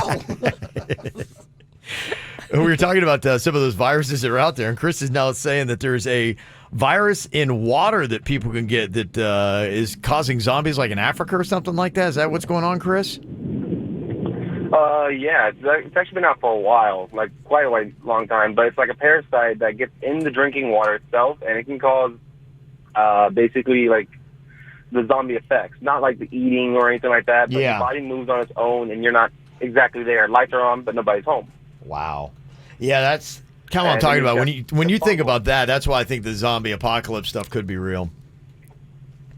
Yeah, it's like the same thing. They have something for ants itself. They only on ants, but it's a small fungal that grows as a sweet flower. Mm-hmm. The ants eat them, and then the whole job for the ant now is to literally travel to the highest point, die, and spread to the next ant. Wow. That's the story I was telling you about that I saw yesterday. That's a much better explanation I had, but yeah, that's what it is. So that's where they were talking about if that's happening in insects, what if that starts happening in humans in the same way? Then all of a sudden you do have a zombie apocalypse. I do feel like if I became a zombie, I could make it work somehow. Yeah? Yeah, I do. Okay. I think I could control it. Well, Jbird's been watching the show Mindhunter. It's very popular on Netflix. I know a lot of people are into it. It's all about like the serial killer stuff, and it's so crazy, isn't it? And shouldn't it be alarming that so many Americans are into watching movies about murder? I think about that a lot, and there is a ton of this kind of programming. And I feel like, because you know how the Netflix had the Ted Bundy thing going for a while? Yeah. You saw a lot of Bundy.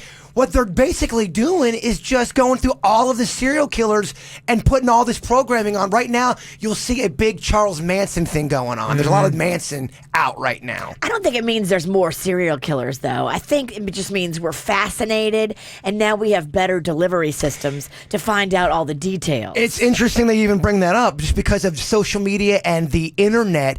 There's a bit of a debate on whether does the internet increase the likelihood of serial killers because the access is so easy. You're able to stalk people quicker. The FBI, I believe, they say between 30 to 50. It's a number either 20 or 40 or 30 to 50 at any given time is an active serial killer in America. Ugh. Crazy, huh? That's scary. So Jbird now getting all into Mindhunter is apparently working on his skills of being able to profile and find that serial killer and exactly why they might be an effective serial killer. Well, I was just thinking, who on this show would be the most dangerous person if you really broke it down, did a real deep dive analysis on their personality? I went deep.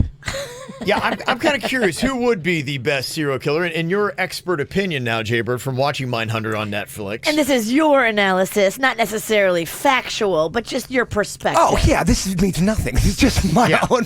I think I'm some kind of psychological profiler now watching all this. So here's what I got for Kevin. Okay. And by the way, I've done Kevin, Virginia, myself, and Denny's. All of us have the potential. All of us are dangerous. You didn't do Suits? I didn't have time. It took so long just to do this for. I'll do it tomorrow. Incomplete assignment. If the phones break or the computers break tomorrow, we'll do Suits. Is that cool? Okay. All right. Kevin is in charge of everything. He can do things and make moves without anybody knowing. He's also extremely creative and organized. He can shut out emotions better than your average person. That's true. This potentially makes him lack empathy and sympathy. Kevin is the most physical fit person on the show, so he could overpower any of us here. Damn. Again, this gives him a horrifying advantage. He has more connections and resources potentially than anybody here, being in radio, in the media, all of that stuff. Oh, yeah, he knows people. Yeah, I do. That gives him even more power. And he's the host of the show coming from a position of power. That alone makes him a very dangerous man. Putting all this together, Kevin Ralston has the potential for pure evil. Pure evil, you say? I mean, am I off on my analysis? If he had it in his heart, Well, though, you got to take his heart into account. Well, But if I wanted to, I would be a diabolical serial killer. You're too soft to kill. But I don't think you're getting the assignment here.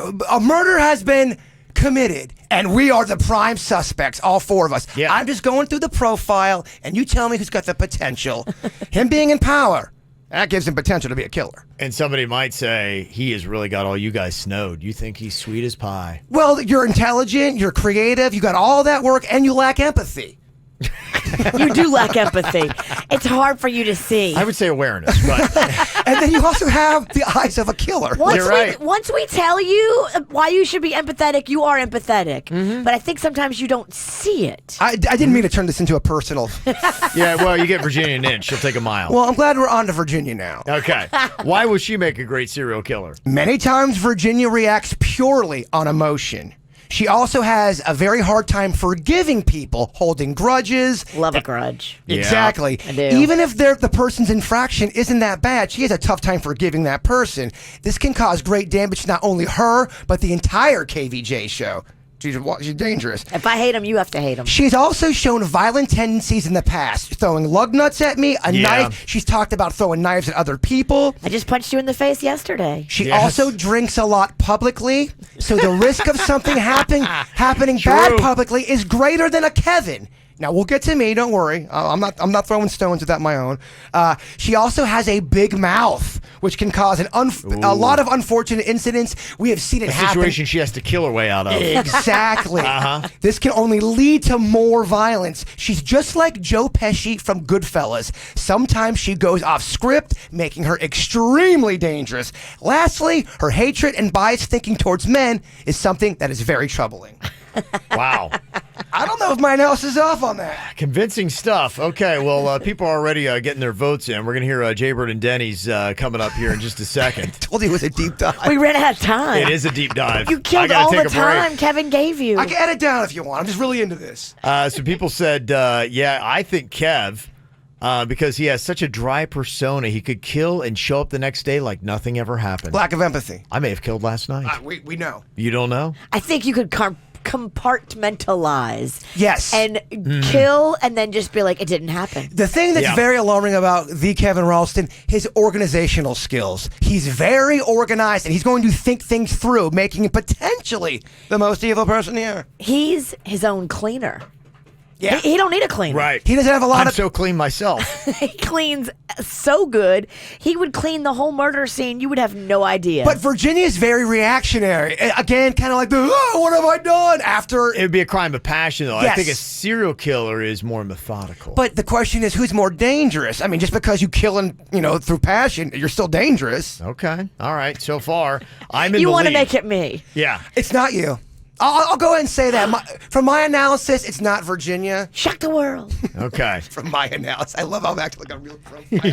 He's watched too much Mindhunter. We got to fix this computer. All right. I mean, this is an urgent situation. I'm looking over. It's still broken. That means we got more analysis. We do. Jbird Denny's coming up in minutes here. This is 97.9 WRMF Palm Beach. It's the KVJ, dirt of the day. It's the KVJ, dirt of the day. Virginia, take it away, cause you know we need that dirt of the day. Well, coming up here in a sec in your dirt, I will tell you all about the Phil Collins situation. I don't know if you saw pictures of Phil. I saw pictures of him yesterday. Where he flipped backwards in the chair. That was video, and that was very upsetting. And then the pictures were even worse. Oh, geez. He looks very frail, and I'll tell you what's going on with his health, and it's just heartbreaking. That's coming up in a second. Before we get into that, Justin Timberlake was ambushed by a notorious prankster yesterday in France. For some reason, these pranksters, this Vitaly guy, you know the Vitaly guy, they love pulling pranks on Fashion Week in France. I guess their security over there isn't very tight. Somebody got on stage with Gigi Hadid, and she had to be the muscle to get that person off of the catwalk. Oh, wow. And now it sounds like this Vitaly guy forced his way through the crowd, got past security, dropped to the ground, and grabbed Justin Timberlake's leg from behind, trying to pull him down onto the ground. Like, it sounds like violent and weird, and like, why are you doing this? It's like, it's not funny. That Vitaly guy, he also was in an odd-looking porn. He did a scene back in the day that a lot of his haters always kind of throw that back in his face. Didn't you say yesterday you're having problems with getting porn spam on your computer? Maybe you should stop looking at weird porn. It's a story. I wasn't looking at it. Oh. You're right. I was looking at Vitaly porn on my The room computer. turns quick, Bird. You're right. You know, why do I even talk during the dirt? I'm trying to help. Because I know about this guy. You barely know about that. Whatever. Now, all of a sudden, you're the bad guy. Yeah. You're the weird, creepy porn guy. I'm going to go eat these brownies and go home. Can I go with you? Yeah. Luckily, they did not pull Justin to the ground like this Vitaly guy was trying to do. Imagine that you're walking with your wife, and he was. Jessica Biel was like holding his hand. And this guy's holding onto his leg, trying to pull him to the ground. Yeah, this guy doesn't amuse me. I like pranks, but this stuff, it's not funny. It's dangerous. I don't get it. No, there's nothing funny about it. He's just, he's going out of his way. Somebody's going to get hurt. He really needs to get curb stomped, honestly. I agree. Security rushed in, and Justin did not fall. But, I mean, it's just like, okay, dude, now can we throw him in jail for a little while? You start grabbing people, that's when you get your butt kicked. You can't touch people. Right? Yeah. I mean, Justin should sue him for assault. Well, just don't be surprised if you get your butt kicked. Thank you. Or curb stomped, like Kev said. Yeah, somebody said Vitaly used to be a server at Villaggio, Meisner Park. Yeah, he was a Boca guy. Yeah, he lived here in South Florida. We interviewed him a long time ago. Yeah. We He did? had a lot of heat around him. He actually had a zombie. He did the prank. zombie thing where, somebody pulled a gun on him or something like that. wasn't Yeah, it? he gets a lot of views, and people do check out his stuff. I'm not taking anything away, but it's the kind of stuff you may not like. It's very over the top and extreme. Gotcha. If it's funny, I'm okay with it. Yeah. Thank you. He Yeah. does. Make me laugh. This stuff isn't funny. He has a couple funny stuff. His earlier stuff, there was some funny stuff, and then Oh, so he's just not funny He anymore. ran out of ideas. well, I think he does run out of ideas, and he's got to, you know how it is. He's got to go bigger and crazier. No. Kylie Jenner and Travis Scott are officially taking a break. Oh my gosh. It's just being called space apart. Not a firm split, but that's not good. The two of them have a 1-year-old daughter together. And finally here, Phil Collins was seen yesterday. They are now pushing him around in a wheelchair. On Saturday, he fell on stage. Now, he's been going on stage and performing, but he has a chair and he sits down. He had to have multiple back surgeries last year and then earlier this year. And so to be able to perform, he has to sit in a chair for a lot of that. And what happened is they had put a chair next to the drum kit, and he was so excited to go sit over there and watch his son do the drum thing. But for some reason, when he went to go sit in the chair, it moved, Right. and he fell, and now he is way jacked up. Did you see the video? I did see the video. I mean, he took quite a tumble, and he was sprawled out on the stage. It's just amazing how many handlers run to help you when you fall backwards. Thank goodness for roadies, because they did Yeah. pick him up and save him, but it was heartbreaking to watch. Sure. I'm watching it right now. Yeah, it's tough. And that's what's, it's a tough fall. Sorry, I'm watching it the first time. It's all legs, and then you see everybody running over. You just feel bad for the poor guy. And that's what's going on in your Dirt of the Day, brought to you by the J-Town Jam. It happens this Saturday, and it features Jason Newsted from Metallica and his Chop House Band. It's all to benefit Little Smiles. Get your tickets now, thanks to Con Air at eventbrite.com. Okay, Jbird is doing his breakdown here. He was inspired by Mindhunter, and he's doing a psychological profile on who on the KVJ show would be the best serial killer. So far, he's made a strong argument for me. Methodical, connected. Creative, organized. Yes, all these kind of things. Yeah, I mean, I thought I made a pretty strong case for Virginia as well. I feel like I would murder in the moment and then regret it afterwards. She's a passion killer. But Yeah. again, though, it still makes her very dangerous because it's an impulse kill. You can pick and choose, so you're not that you could argue you're not going to even get.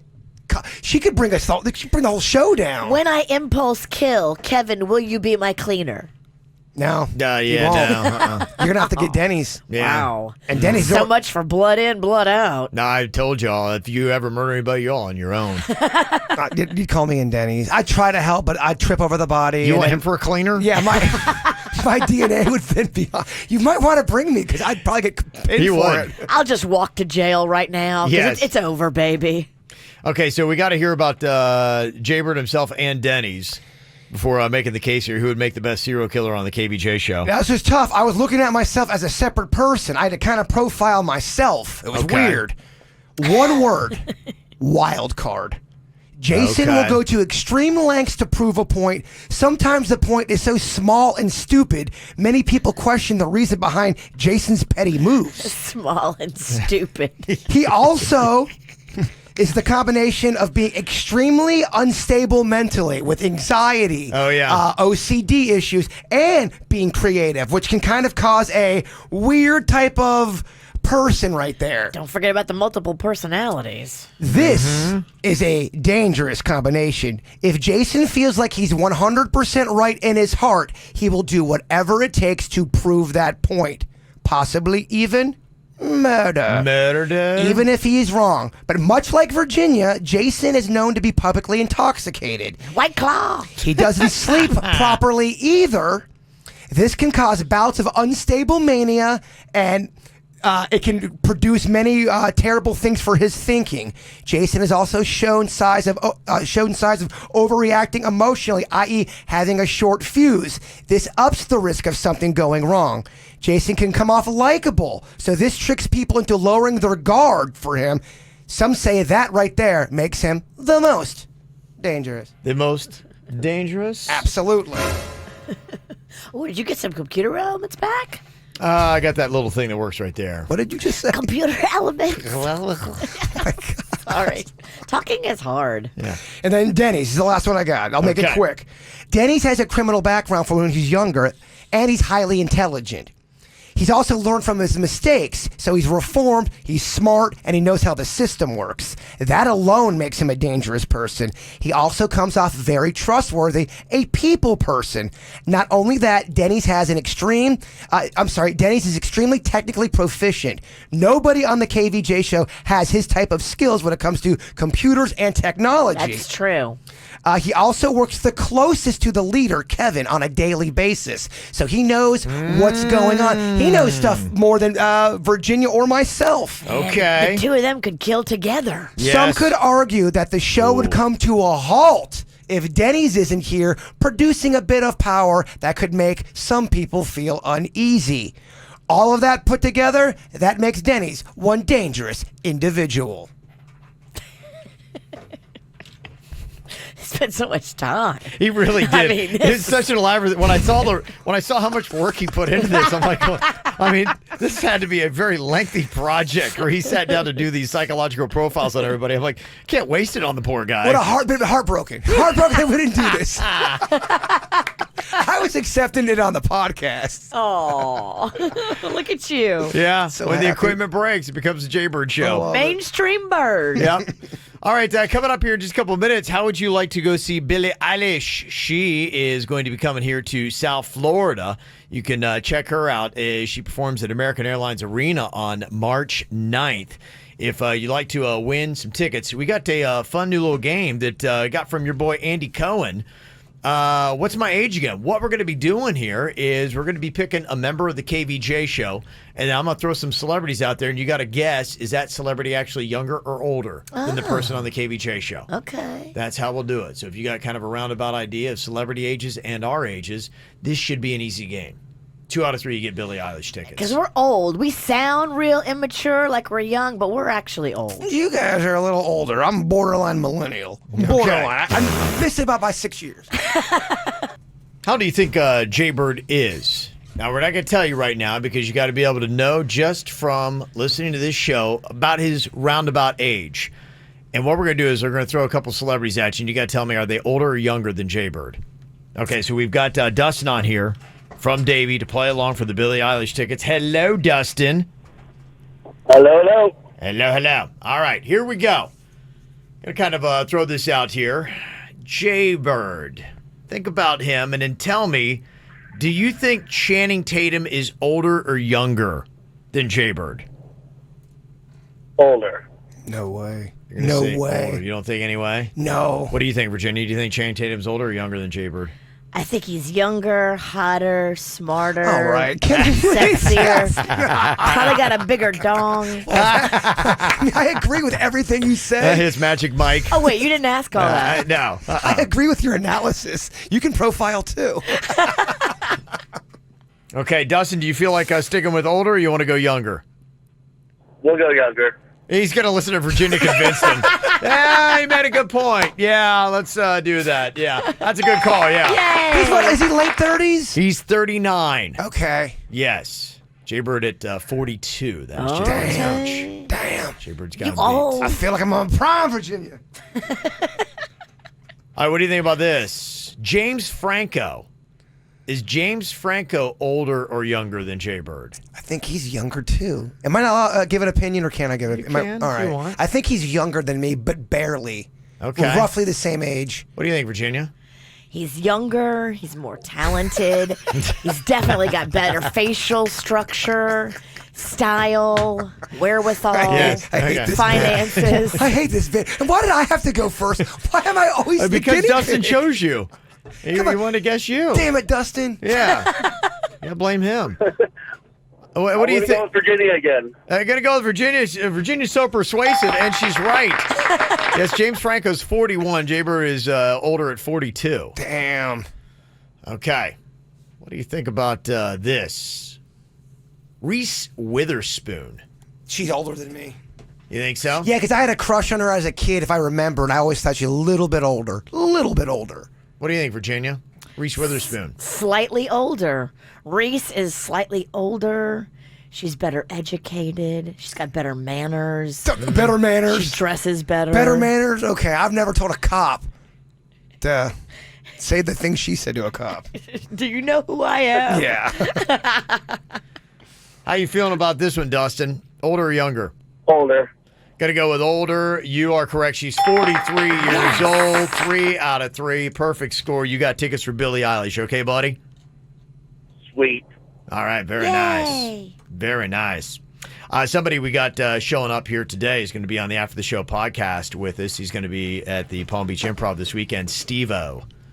Steve-O is going to be hanging out with us. No way. We love Steve-O. Yeah, Steve-O's He's back in awesome. town. And, I mean, since he doesn't perform until Friday, Saturday, I assume he's in, hanging with family. Probably Yeah. his sister. He's got family here. Yeah. That's pretty cool. Yeah, so I think he's just in town chilling. Do you think Steve-O is older or younger than Jbird? I think he's older. I think he's in his mid-40s. Okay. What do you think, Virginia? I think he is slightly older than Jbird. I think he Okay. is. What do you think? Is he older or younger than me? He's your Younger. age. He's younger than you. Virginia's the oldest. Virginia's 49, so let me I'm not see. 49. Well, how old are you? You're Kevin's older than me. He's By a 49. month. Okay. He's older than me. I always forget. No, you don't. Steve-O's just older than Jbird, just younger than me. He's 45. Born Okay. Oh, so on- we got it right. Yeah, we got it yeah, right. you did. You guys are on fire with this. Dang. Yeah, you guys aced this game. You guys got every single one right. Yeah. How old are you, though, really? I am a month younger than Kevin Ralston. That's not what I asked you. How old are you? 46. Okay. Yeah. He's 46 too, and then he turns 47 in June. I turn 47 in July. Yeah, Steve-O's birthday is June 13th, 1974. What are your guys' thoughts on people who lie about their age that are in the public eye? Are you for that or against it? Against I think it. in Hollywood sometimes I think that at least it used to be necessary, and I get why they do it. But for me, like, what are you doing? Do you remember, and I won't say any names here, but we worked with somebody who was trying to say that they were 26 when they were about 39. Oh, I know what guy you're talking about. You got to be kidding me. Yeah. That guy was a manager. And I think we talked about it on the air, and this person got really mad at us. He should know better. Didn't make a lot of sense. It didn't make a lot of sense, no. Yeah. Why lie in radio? Nobody cares. No. Get the info on everything that's going on with us at kvjshow.com. We got a little bit into social media etiquette. It does cause some problems, creates a lot of awkward situations, and because of our discussion, got an email from Miranda here. Kind of want to get your guys' thoughts on it, so I figured I'd just pop her up on the show here real quick. Now, Miranda, you're a nanny, correct? Yeah. Yeah. Okay. So tell me what it is. You're trying to debate something that's a little bit awkward for you right now on social media. What's going on? Okay, yeah. It's really awkward. So the dad I nanny for is posting photos of me on his Facebook page. Oh, no. Yeah, I mean, and he's a single dad, too. So 2 of the photos, I'm with his kids, but then the third is me in a photo I took with him and his kids at one of their birthday parties. Mm-hmm. And a few people commented on the picture. They're like, "Hey, your new girlfriend is hot." And a friend of mine showed me that post, and he hasn't done anything at all to correct them. So I'm like, "What? Should I say something to him? Like, what am I supposed to do now? Like, that's just weird to me." Is it? How old is he? How old are you? Okay, so I'm 25, and I don't know how old he is. I think he's in like his early 40s. Yeah, after the age of 40, like younger girls can't even tell what your age is. I found out. I know. It's really sad. You're either 40 Yeah. or 68. Yeah. Just gotta listen to that one. Like, he's a good-looking guy, whatever. I don't know, but that's Yeah, not really. but for him, if he's like a dude in his early mid 40s, whatever, and having a 25-year-old girlfriend, his buddy's probably like, hey, all right, still would get those kind of comments. And so, one, it's possible he hasn't seen it at all and has no idea. That's possible. So, you could maybe say something. Does it look weird if Miranda went on there going, oh, that's so cute, but no, I'm just the nanny, not the girlfriend? That seems like the right way to handle it, right? I would, and I would also maybe mention it to him. And here's how you do it. Okay. Maybe you say something like, my parents saw it, and they were wondering why it looked a little inappropriate. That's a good call. Really? My parents asked me to ask you if I could be taken down. Always blame it on mom and Put dad. it on your mom and dad. You're young enough that you can do that. That feels so awkward to It me. deflects, and you can remain cool still. You can be like, I don't see what they're talking about, but they want me to tell you that it looks a little inappropriate because I nanny for you and you're single, and it's just a weird. So it's not enough just for Miranda or have a friend go on there to leave a comment to correct the other comments. Not enough. Here's the problem. There's gonna be stuff that keeps going up there. Yeah. So you're not solving this. You're not fixing this. Okay. If you say my parents have a problem with this and they've told me that I need to make myself look properly employed and doing this nanny job. Be professional. Not doing some other job. Could it be a professional photo that she just took that's, that maybe somebody jumped on it and there's nothing wrong with it? People are just, It's just mixing business and pleasure. And I think that if you put it on your parents, everybody would get that and go, okay, I get it. So would you say if you're a nanny and you nanny for a single dad and you're a girl that you should not get in a photo with him? I would say if you're going to get in the picture, everybody's going to assume you're banging him. I will say this: every situation is different. Especially if you're hot. Wow. See, I don't get these kind of things. That's over my head. I would immediately think, oh, they're definitely getting busy. Every situation is different. Virginia is insane. I am insane. He's right. But I'm always told that you just are so naive, Kev. You don't even see what's going on around you. You are pretty naive. Just because you're in a picture. I would not think that or see that at all. Exactly. Because not everyone's going to say that. Because just because you're in a picture with somebody does not mean you're sleeping with them. And I would feel really awkward if I'm Miranda be going, yeah, my parents really want you to take that photo down. I don't know. Like, to me, my skin's kind of like I'm getting uncomfortable thinking about having to try to have that conversation. Look, if it makes you uncomfortable, you have to say something. Okay. And just leaving a comment on there is not going to stop this. If you leave a comment on social media, all you're doing now is you're contributing to drama. It's gonna turn into this weird thing. Just talk to them. Now you're defending yourself on Facebook. You're 25. You're an adult. You can say, "Hey, look, my parents don't like this. What's going on here?" And then just end it. Yeah. Okay. Scary to ask. Does everybody agree with Virginia? I mean, you'll get some Virginia minions. Oh, Virginia, you're the best. I love the dirt of the day. It's a good day.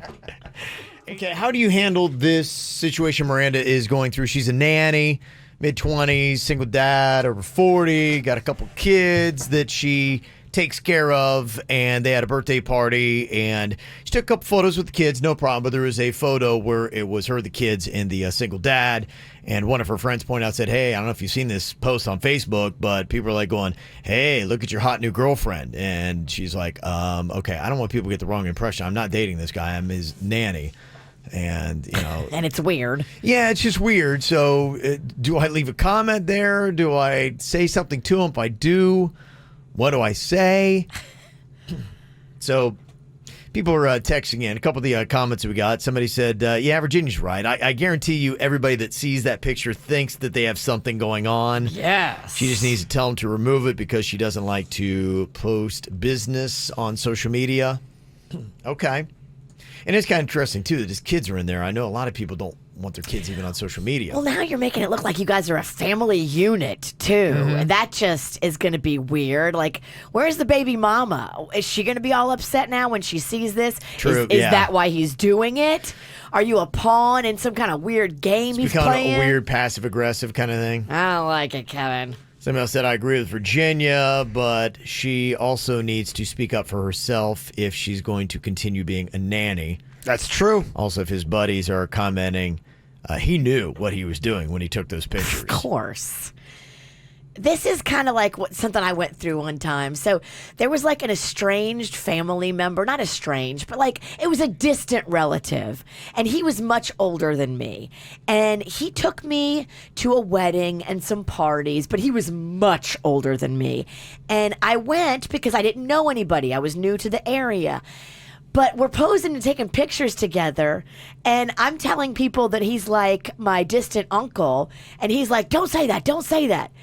they want to put off the image that you're like, oh, this could possibly be a relationship. Wow. Even when you know in your heart that you're like, no, it cannot be a relationship. Like, to him, he probably wants to put that out in the universe so people think he's cool and he's bagged a young hot girl. Maybe your guy just didn't want to lie to people because he wasn't your distant uncle. It's probably like, I just want to lie to people. You ever think of that? No. Okay. He wanted people to think we were together. Really? Yeah. I was like real young, too. It was a little bit weird. Some people are saying that, she needs to stand up for herself at the age of 25. Don't blame this on your parents. You need to say, look, I am not comfortable with this photo, and I think you need to take it down. At 25, you should be, or mid-20s, you should be at the point where you're not putting things on your parents for your own person. I hear you, but now you have to work for this guy, and you're just trying to lessen the blow of making this awkward. That's what I get that you're 25, and you should handle your business, but you're doing this to avoid an uncomfortable situation. Yes. It's merely strategies what you're doing. Exactly. Somebody else said that as her employer, too, he's not allowed to really post pictures of her without her consent. So just because you take a photo doesn't, I think anymore, oh, you agreed to a photo? Great. Of course, that's immediately going up on social media. Good. People can get in trouble for that. I'd like to file a complaint against one Virginia the Witch Sinicki. What did she do now? Oh, Kevin, she hid my phone yesterday and made me play a forced game of hot or cold. This is after I had some White Claw. So the last thing you want to do is play a stupid game. I batted him around like a cat toy for hours before I let him go. She's filming me. She's like, you can't leave until you find your phone. All right, we're going to play a game. Hot or cold? Look, we need Instagram story content. She makes me... I look so silly. Silly. She put it up. Well, where did you put it? I put it in right there. I hid it in plain sight. It's a good trick, actually. Mm-hmm. Joe's got a quick comment here on Miranda's situation. Is the nanny with the dad that posted the photo. So a good little point here. What do you want to say, Joe? Hey, good morning. I just think you should just be honest. Say, hey, this is a little awkward. I don't feel comfortable. Either set the record straight or take the picture down. I don't think there's any need for all the smoke and mirrors, so to speak. My parents this, my parents. Just be honest. I like what you're saying. Yeah, and I think, too, one thing he was saying is just anytime I'm in a photo, could you just say, this is my nanny, and just, put my title that is in there. Or don't if you're put pictures up of me. That's a better call, yeah. You don't want to be in pictures with him and his kids. True. That's weird. Yeah, that's true. So, but pretty much everybody's saying yes, just address him personally. Good advice, Virginia. You want a little breakfast for your award? No. I'm trying to lose a little weight this week. You and your evil egg sandwiches. You're sitting next to the wrong person. You and me both, girl. I'm trying to lose some weight as well. Extra Cheese Pennington over here. Oh, yeah. I love that name. Yeah. I can't get a breakfast. He will take my breakfast order that I try to order, like fruit cup. Yeah. He will add extra cheese on to fruit. it. Yeah, I'm like, what's going on? I know you want that cheese. He is.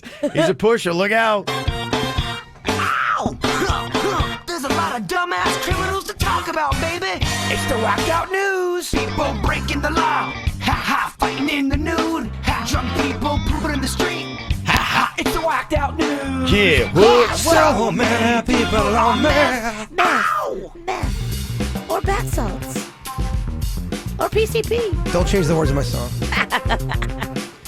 Well, if you're going to go to a Miami Dolphins game and you're a Dolphins fan, you're going to need probably a lot of beers to kind of numb the pain of the pounding that they're likely going to be taking that day. So it's really tough because, yeah, you want to drink. I mean, I know there are $20 beers, or at least they're supposed to be, but one guy was shocked when he looked at his tab for a couple beers at Hard Rock Stadium and realized he'd been charged $724. Now, that seems a little excessive. I've never gone anywhere I had to pay that for a beer. That's a lot. Or two. I mean, how much you have to drink to get to that? Apparently what happened, the guy who was the beer vendor skimmed his card and ran up $724. Oh. And the only reason why the customer knew, he got an alert from the bank. Good. That was like, hey, are you getting really hammered right now? Or why did you just buy $724 worth of beer at Hard Rock Stadium? Did you buy every bottle that they have in the concession stand? And not only did it give him the tally for the 2 beers he paid for at $724, but it also listed the vendor's name. So it was very easy to track this cat down, and he has been arrested. That's Book 'em. crazy. That is crazy. You never know who's got one of those skimmers in their pocket. Well, it's good to have that type thing where you get alerts from your bank, and if you don't have a bank that's doing that or have that set up, it would be very wise to do so, because you never know. You're not thinking about it. You're just trying to enjoy a Dolphins game, and $724 later. You can get push alerts on your phone from your bank if you have online banking. I have it where if my balance drops below a certain amount, it sends me a push alert and tells me immediately, so I know. But yeah, you're right. Sign up for the push alerts for any kind of purchase over a certain number. Yeah, no, you're right. That's the best way to do it. Yeah. And it's a good thing he did that, or else who knows if this guy would be doing fleecing more people at Dolphins games. Amen. Yeah, I wonder if he actually did any successfully. Or that was the first time he ever tried it. Well, I and mean, got think busted. about it. I bet you he's done it before, because if you don't get those push alerts, you're at the Dolphins game. You're not checking your bank balance. Yeah, you're not thinking about it. You're Yeah. watching football. You're watching your team lose Badly. horribly. Just, I mean, so bad. You're crying. You're probably drinking a lot to just numb the pain. Who do the Dolphins play next? They've got the Redskins. I think, fortunately, I'm not sure. They might be on a bye this week, but it's next Sunday. Well, that's good news. They can't lose this weekend. Oh, if they're on a bye. Yeah, I have to double check. I know their next home game is against the Redskins. Are they good? No, the Redskins are winless as well. So Battle of the awful. It's a battle for the first draft pick. Okay. That's basically what this thing is. So Yeah, I don't think they play this weekend. yeah, I thought they were. They're on a bye. They're next against the Redskins next Sunday. Kevin, With 2-0-4 teams. Look at Kevin. you used to have a sports show. I did. We can tell. Here's more fraud that's going on. A prostitute in Louisiana called the cops on Sunday after a customer refused to let her leave because he wanted a refund. Oh, there's no refunds in hookahs. No. If you get it, you gotta pay. Yes, both she and the guy wound up getting arrested on prostitution charges. See, you're both going down together now. That's a dumb reason to call 911. Another dumb reason is to try to get them to come and unlock your car. One idiot in Indian River County tried doing this 4 times and finally said, all right, enough's enough. They came out and said, all right, here's a car door. It's unlocked. It's the cop car. You're going downtown. I wonder if they listen to the program. Indian River, it's kind of our backyard. Yeah, Vero. it is. That's Vero, baby. There's a woman in Tennessee that got arrested in February for having marijuana. And the cops said, you know what? I'm willing to overlook this major charge of marijuana here in Tennessee, which I believe you could get the death penalty for. I'm not sure. Tennessee. Yes. So instead of taking her to jail or writing her a ticket, he said, I'll forget about it if I can baptize you. She's like, what? So he takes her to a lake and dunks her. And now she's suing, saying she's afraid to say no. So she allowed the officer to baptize her right then and there. And What kind of weird, wacky stuff is this? welcome to Tennessee, Virginia. But I take that. I totally take that deal. I'm like, sure, you dunk me. That's cool. I take the baptism and then I don't talk about I take it. the baptism and then I go and get hammered at the bar. Well, now she's suing. Why? You consider yourself lucky. I think she Because it just- was weird. Yeah, It's it was- weird. Get cops taking her out to the water. That's not what it's about. Yeah, what are we doing here? Drive out to the woods. You think you're getting murdered. Yeah. Like, oh, He's probably saying weird crap to you. yeah. And he was like, okay. There's a guy in Arkansas who was wanted by U.S. Marshals on drug charges. He tried to hide on Saturday, but the only place to run to was this cave that is known for paranormal activity. It's a haunted cave. Oh, I love it. Yes. Where is this cave? Bird wants to go. Arkansas. We're talking about this weird and whatever tonight. I love it. Yeah, Why don't check you it go? out. Why don't you go right now? Oh, that's very hurtful. Yeah, I guess, it seemed like a good idea, but unfortunately it's a cave, which usually caves are one way in, no way out. So when they saw him run in, they're like going, all right, I guess we'll just wait here for a while. I got him. Yeah. It's haunted or not. I mean, you see your suspect run into a cave. You're like, All right. okay. This is looking good for us, boys. We can stop running now. Take a break. Everybody take 5. Yeah, take 5. Just somebody keep an eye on the cave here. There's a fugitive in China himself who actually was found living in a cave after 17 years on the run. Apparently that's where all criminals run to, is caves. Crazy stuff. Huh. And he's living there? He was there 17 years. That's a long time to be living in a cave. What are you doing in there? I think we know. Living. Yeah. They're doing some weird things in that cave. Yeah. Did you see the video of the woman that climbed into the lion enclosure at the Bronx Zoo in New York? I did. Lady, what are you doing? She's in there dancing, taunting the lion. The lion's just like, all right, she's too dumb to eat. You know, there's no way she's going to taste good. Yeah, she's not going to taste good. Somehow eating her will make me more dumb. So he's just like, I'm going to let it go. But obviously, she was chastised by the Bronx Zoo and everybody else who saw that. So now, if she gets eaten, do you feel bad for it all No. on any kind of human level? I mean, I feel bad for her family. I feel bad she's that dumb. Yeah. Okay. I really don't feel bad for her. Yeah. All right. I actually think I have more sympathy for the lion. I do too. You're right, because the lion, first of all, the lion doesn't want to be there. He's got a digester sweater. And then he's got to deal with that crap. Yeah, it's tough. It's not fair. No.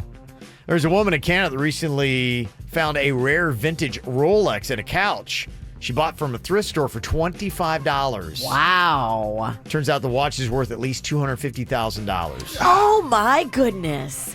A $250,000 Rolex? Yeah, and it was just chilling on a couch that she bought for $25. Dang. I mean, what is that? That's crazy. That is the best day ever. Somebody who's good at math could tell you the percentage increase of going from $25 to $250,000. Don't look at us. Yeah, I'm not going to look at you, and you're Never. not allowed to do it. No. So she's got a couple things planned out. First thing she's going to do is she's going to buy a house. Okay. Then she's getting a boob job. Good for you, girl. All right. Everybody else is taking theirs out, but you put them in, girl. Yep. Well, it's just thrilling. Could you imagine running 31 miles in a race? You're in the lead, and you're like going, there's the finish line. How glorious it is. I mean, what a feeling it's got to be. I mean, everything you're thinking of is just the medal I'm going to have, the victory, the adulation. First of all, I get to stop running after You're the 31 winner? miles. Yeah, and not to mention, too, that's dangerous. I mean, you know, you can die by running that long. You know, people have heart issues. Sure. Weird thing about this story, this guy probably did not see this coming. He saw medals, adulation. He did not see the lightning bolt that struck him and killed him. Are you kidding me? Right by the finish line. And he won? He would have. going to. He didn't cross the finish line because he was running towards it when the lightning hit him. Sadly, he finished last. Somebody did not want him to win. I think you know who I'm talking about.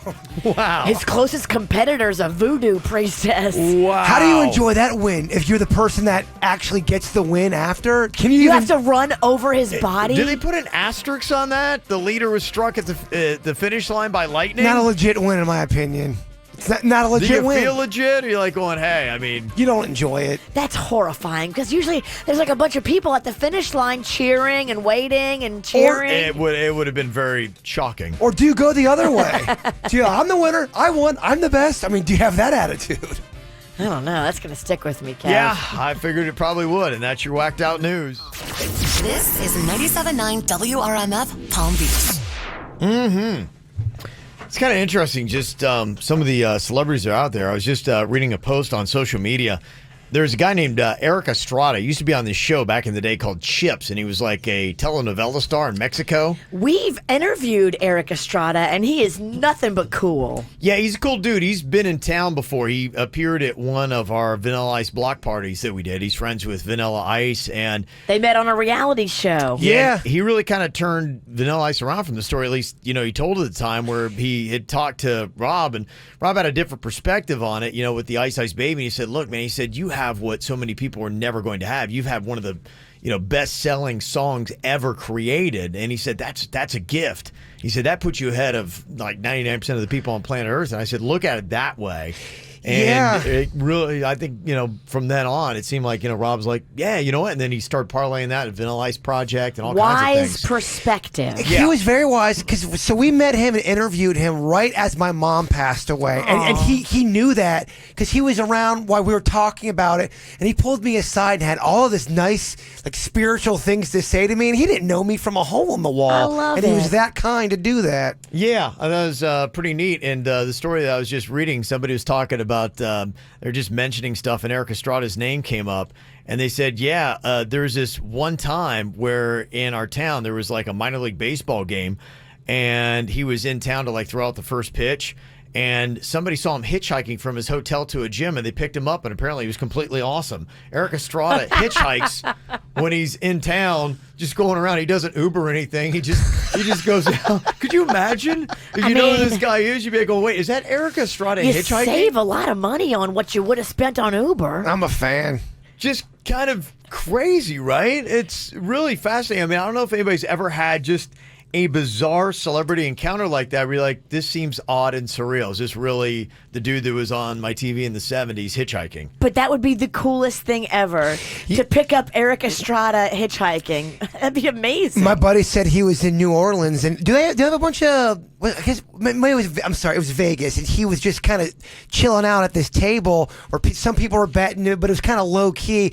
Next thing he knows, he looks over, and it's Adam Sandler in a hockey jersey, drinking beer from a can, and said he could not have been nicer. Was very down to earth. Was rapping with him, talking with him, being very cool. Oh, that's awesome. Yeah. Yeah, it's really the coolest thing. And, now with social media, I think celebrities are like, even if they don't want to be, they're like, I know I need to be cool with people and come off like I'm just an average, regular person. In fact, I was just reading somebody who may not be Drake. Apparently had done something where he insulted Brazilians, and so he's trying to make it look good, like he was in Rio de Janeiro, and he was just hanging out at a bar and told this elaborate story, and people are looking at the photo and be like, I don't think anybody else is there. And people are like going, I was at the bar that night. There's no way Drake was there. And so they think he might have staged this photo to make it look like he was a real person just hanging out with people at the club. Fake Drake? Fake Drake. Fake Drake? Drake is fake.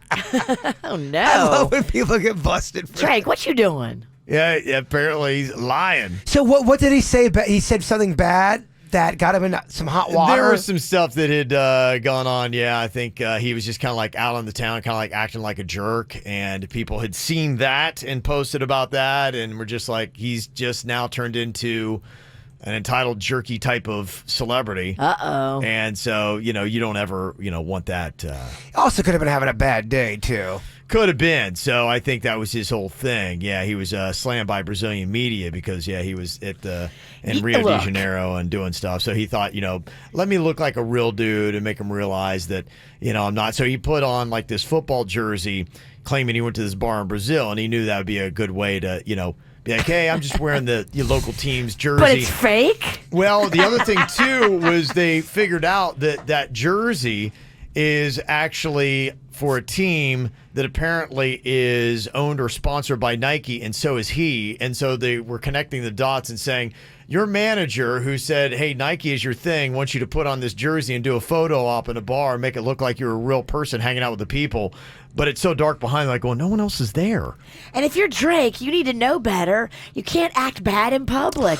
People always are going to be videoing you. I completely agree, but with that said, you're still human. You're going to have human moments, whether you know that or not. Sometimes it just falls apart. It just does. Yeah. But when you're talking about Drake and his empire, I get it. Get a handler or two that if you're having a meltdown, they shuffle you away from any eyes. A lot of them do that. They know that for the most part. They're always babysitting. The handler's got to know their moods. Like, okay, Drake's had 4 drinks. We got to watch him. He's got to get a little squirrely. We got a text. Somebody said, yeah, my husband used to work at the Outback Steakhouse in California, and Eric Estrada came in, and he popped into the kitchen where my husband was working, shook hands with all the guys, took pictures. Really nice dude. Talk about just doing it right. Yeah. So this segment's called Eric Estrada is Awesome. Everywhere he goes. Or who's Eric Estrada? Yeah, when you find out, he's awesome. Don't say that, Kevin. They know who Eric Estrada is, right? Anybody over 60. Mm-hmm. But I love this guy. I like the old school. If you don't know Chips, you need to know Chips. And eat them. Yes. Somebody said I was walking down Hollywood Boulevard. I ran into Drew Barrymore. She looked like just some hippie chick, and she stopped and took photos, talked to us. She was the sweetest person. Nice. Drew Barrymore, hey, how you doing? Yeah, got a cute little voice. That's cool. I love hearing these kind of stories.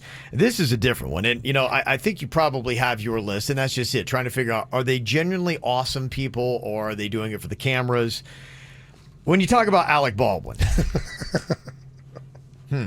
Ever from Boynton Beach sent us an email. He said, my friend swears up and down that he got into an altercation with Alec Baldwin back in the day. He said he was in New York and asked to take his picture, and Alec was extremely rude, so my friend told him that his last movie sucked. Oh. So Alec started yelling at my friend, and to the point where everybody was looking at him. I was just wondering if any of you all had ever gotten into a fight with a famous person.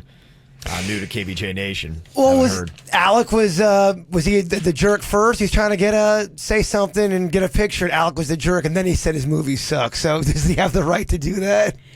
You know Alec is going to pop off, and I think he famously does this a lot. If you get in his grill, he will give it to you. Oh, he'll attack reporters. Physically go after. Yes. Physically, he will come for you. He has some condition where you just can't walk away. You're right.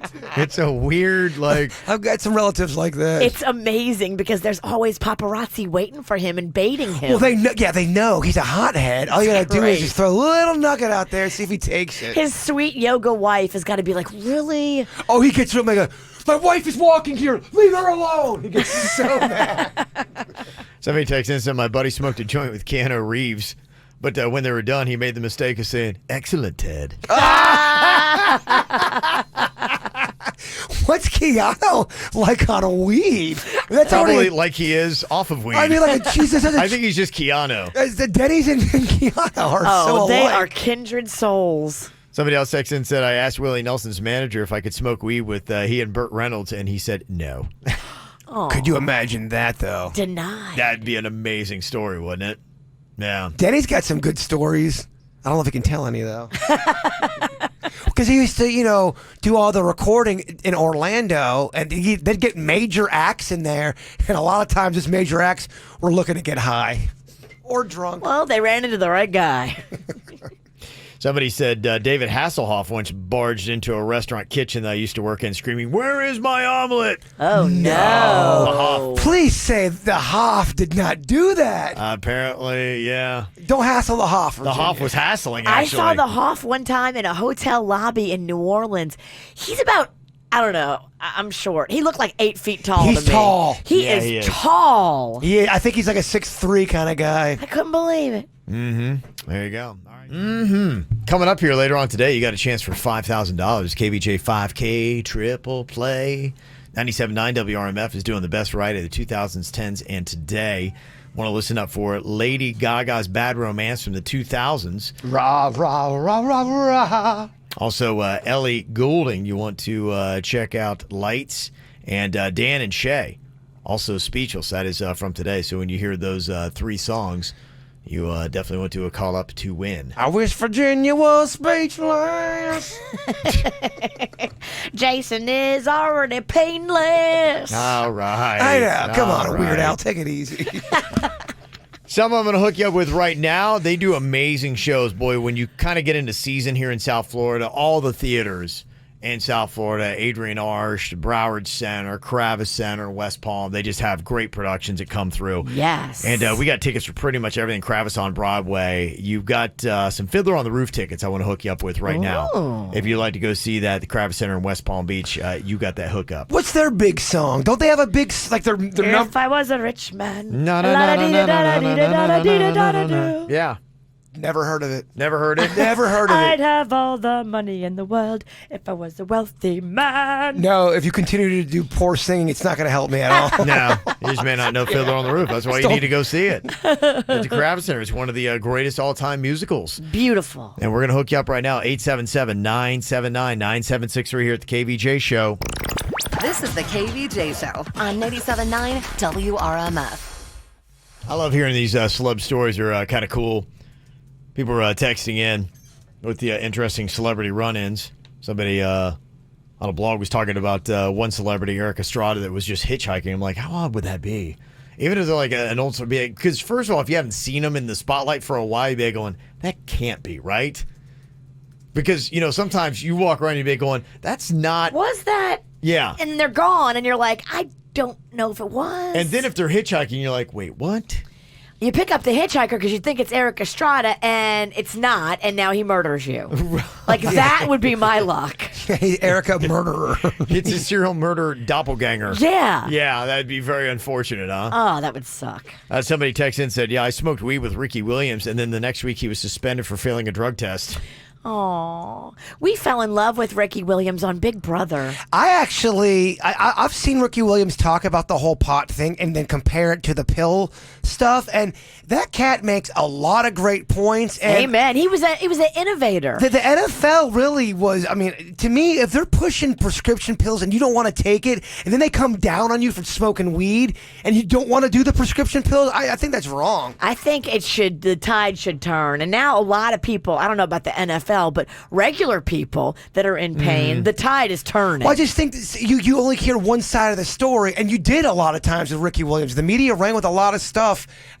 Check out some interviews with him. They made him out to be the bad guy.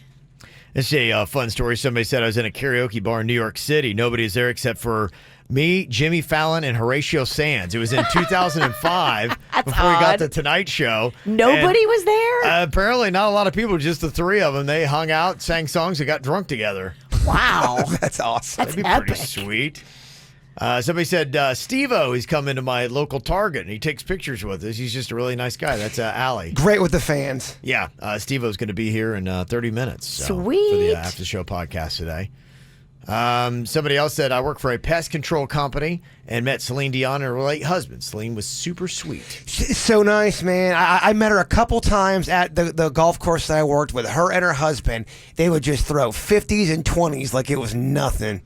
They're really gracious, too, and kind. Like, they would stop and talk to people and, like, ask them how they're doing. They don't have to do all that. She's adorable as far as her personality goes. Because remember we were playing that clip of how she doesn't want to, she wants to find somebody, but she just can't date, and she's still alone. And I think she still pines for her man. Aww. Yeah, I think she does. It is sweet, isn't it? It is sweet. Mm-hmm. Somebody said, I once almost got into a fist fight with Tommy Lee Jones in the local movie theater because he cursed out a kid who asked him for an autograph. Oh. There's a Jim Carrey story. The Tommy Lee Jones, I think he's kind of one of those guys who's not very nice and will tell you if he doesn't like you. He told Jim Carrey he didn't like him. Cursed out a kid, though? I mean, Jim Carrey, okay, he's a grown-up, but you cursed out a kid? Jim Carrey saw him at a restaurant while they were filming Batman, and he went up to him and said, "Hey, how's it going, Tommy?" And Tommy said, "I don't like you. I can't condone what you do." And then Jim Carrey's like, okay. And they were on the same, they did the movie together. Oh, wow. Yeah, he did not like Jim Carrey. That's crazy. Somebody said that Kid Rock met him once at a bar in Jupiter. He took a selfie with me, and he was super cool. So that's I hear good stuff about Kid Rock if you ever run into him in town. Somebody else you might run into, I'm trying to, it was just texting with my buddy, Sean. He was like, he's like, Kanye's people would call me and said, hey, can Kanye use your church this weekend? And he's like, how many people do you need? And he's like, well, they want a 2,000 seater. And he's like, we're only 1,000. So they're like, okay, thanks. And so they're moving on. But yeah, I'm trying to, get confirmation on, exactly where Kanye's kicking around. Apparently he's trying to bring his Sunday service to South Florida this weekend, and I don't know where he's going to wind up. Is Kanye in South Florida right now? Kanye, are you listening? Call in. I know. I'm just trying to see if anybody runs into Kanye West. Be like, wait, what's going on? He should do it out at the amphitheater. That'd be a great place to do the Sunday service. Kanye, we're giving you good? Yeah, maybe. Put everybody on the lawn? Yeah, I don't know. Yeah, he's apparently looking for something, so I don't know if he's nailed it down. Be interesting to see what he winds up getting. So if anybody has any info on that. And yeah, my wife had said something about Saturday at the BB&T, but I'm like, I don't know. I don't know if there's anything going on, but she had heard some stuff about that, so trying to figure out what's going on. You know what's kind of making the national rounds today, talking about the church stuff, is the church in Wellington that bought Double D's for $9 million. There's a clip in there that I put it down there because it was a local tie. Do we have our computer back? I don't know. I keep forgetting. Yeah, we do have do? this back. Yeah, the one. Yeah, they finally got it fixed. Yeah, it's kind of all over the news. I believe that God is opening up some doors that a 20-month-old church can't open by themselves. I don't mind being in a building that was a strip club any more than I mind somebody walking in our doors that had at one time in their life been a stripper. We believe that we can bring hope and healing to any location. That's what we're trying to do. The people that call New Sound Church home are overwhelmingly excited about the idea of being able to take a space like this and see God do something amazing in it. The church is opening doors. Double D's is opening drawers. Yes. I mean, a space is a space, and it is a really beautiful building. I would never fault them for buying a strip club. I would just wonder, like, oh my gosh, if they just started this church, where did they get the money? Do they take the poles They've been out? around. They've been meeting at Wellington High School. But he just said in the beginning of the clip, an 11-month-old church. Yeah. He called himself an Was it 11-month. Whatever he said at the beginning of the Yeah. clip, I mean, I was like, whoa, that's a lot of cash. I mean, were there stripper poles in Double D's? Absolutely. I've been on one of them. On the stripper side, yeah, they had, because they had the two different sides. They had the one side that had the stage, and I'm not sure they have one They had a over there. really tall one that went all the way to the ceiling. I think the know, other because one, I was yeah. on it. I don't think I ever made it on the stripper side. Yeah, so they had the stripper side. Manor is what they called it at the end there. That place is huge. It is, Even yeah. when there was a lot of people in there, it looked like there wasn't a lot of people in there. New It was Sound Church. decked out, too. They did a good job. Mm-hmm. There you go. All right, yeah, so that's kind of a big national story. So people go, wait, what, a church and a strip club? Oh, man. Oh, my gosh. I Yeah. can't believe it. Yeah. It's a building, y'all. It's not like they're going to be still strippers there. I know. Yeah, right? just ask for forgiveness. Yeah, they're passing around the offering plates. Communions, tequila, Yeah, it's not going to be like all that. Your kind of stuff. usher has really great cleavage. The usher, it starts to dance to get the money from you. Talking Miami, that ABC show Grand Hotel, the one that they filmed at the Fontainebleau, Yes. got canceled. Oh, One season. that didn't work out. No, it did not work out at all. Dang. Good heavens. That's And- what happened to Real Housewives of Miami. That got canceled. Maybe it's Miami. Yeah, I don't know. What is it? Why are Miami TV shows not working? What is the hot Miami TV show that's going on right now? I don't know if there is one. What do you, and then what Golden about Girls? now? You're asking me, though. No, you're right. Well, I think it's available on Netflix, Kev. there's Miami Tow, right? Is that the one that's a tow truck show? Yeah, I've seen that one. That one's good. Is that the one where they do the whole tow truck and it's like a reality show? And Yeah. all the drama. I think so. I've never seen it, but I've the heard of it. pawn store one. It's also an altercation every time. Every time, like, I'm not giving you that money for that. I'm like, come on, guys, you're gonna give him the money. Yeah, that's kind of some crazy stuff. Yeah, I don't know if there is any Miami shows that they're cranking out right now. So there you go. Let me see. Some people talking a little bit about Kanye. He does spend a lot of time in Miami. So is he going to be in South Florida this weekend?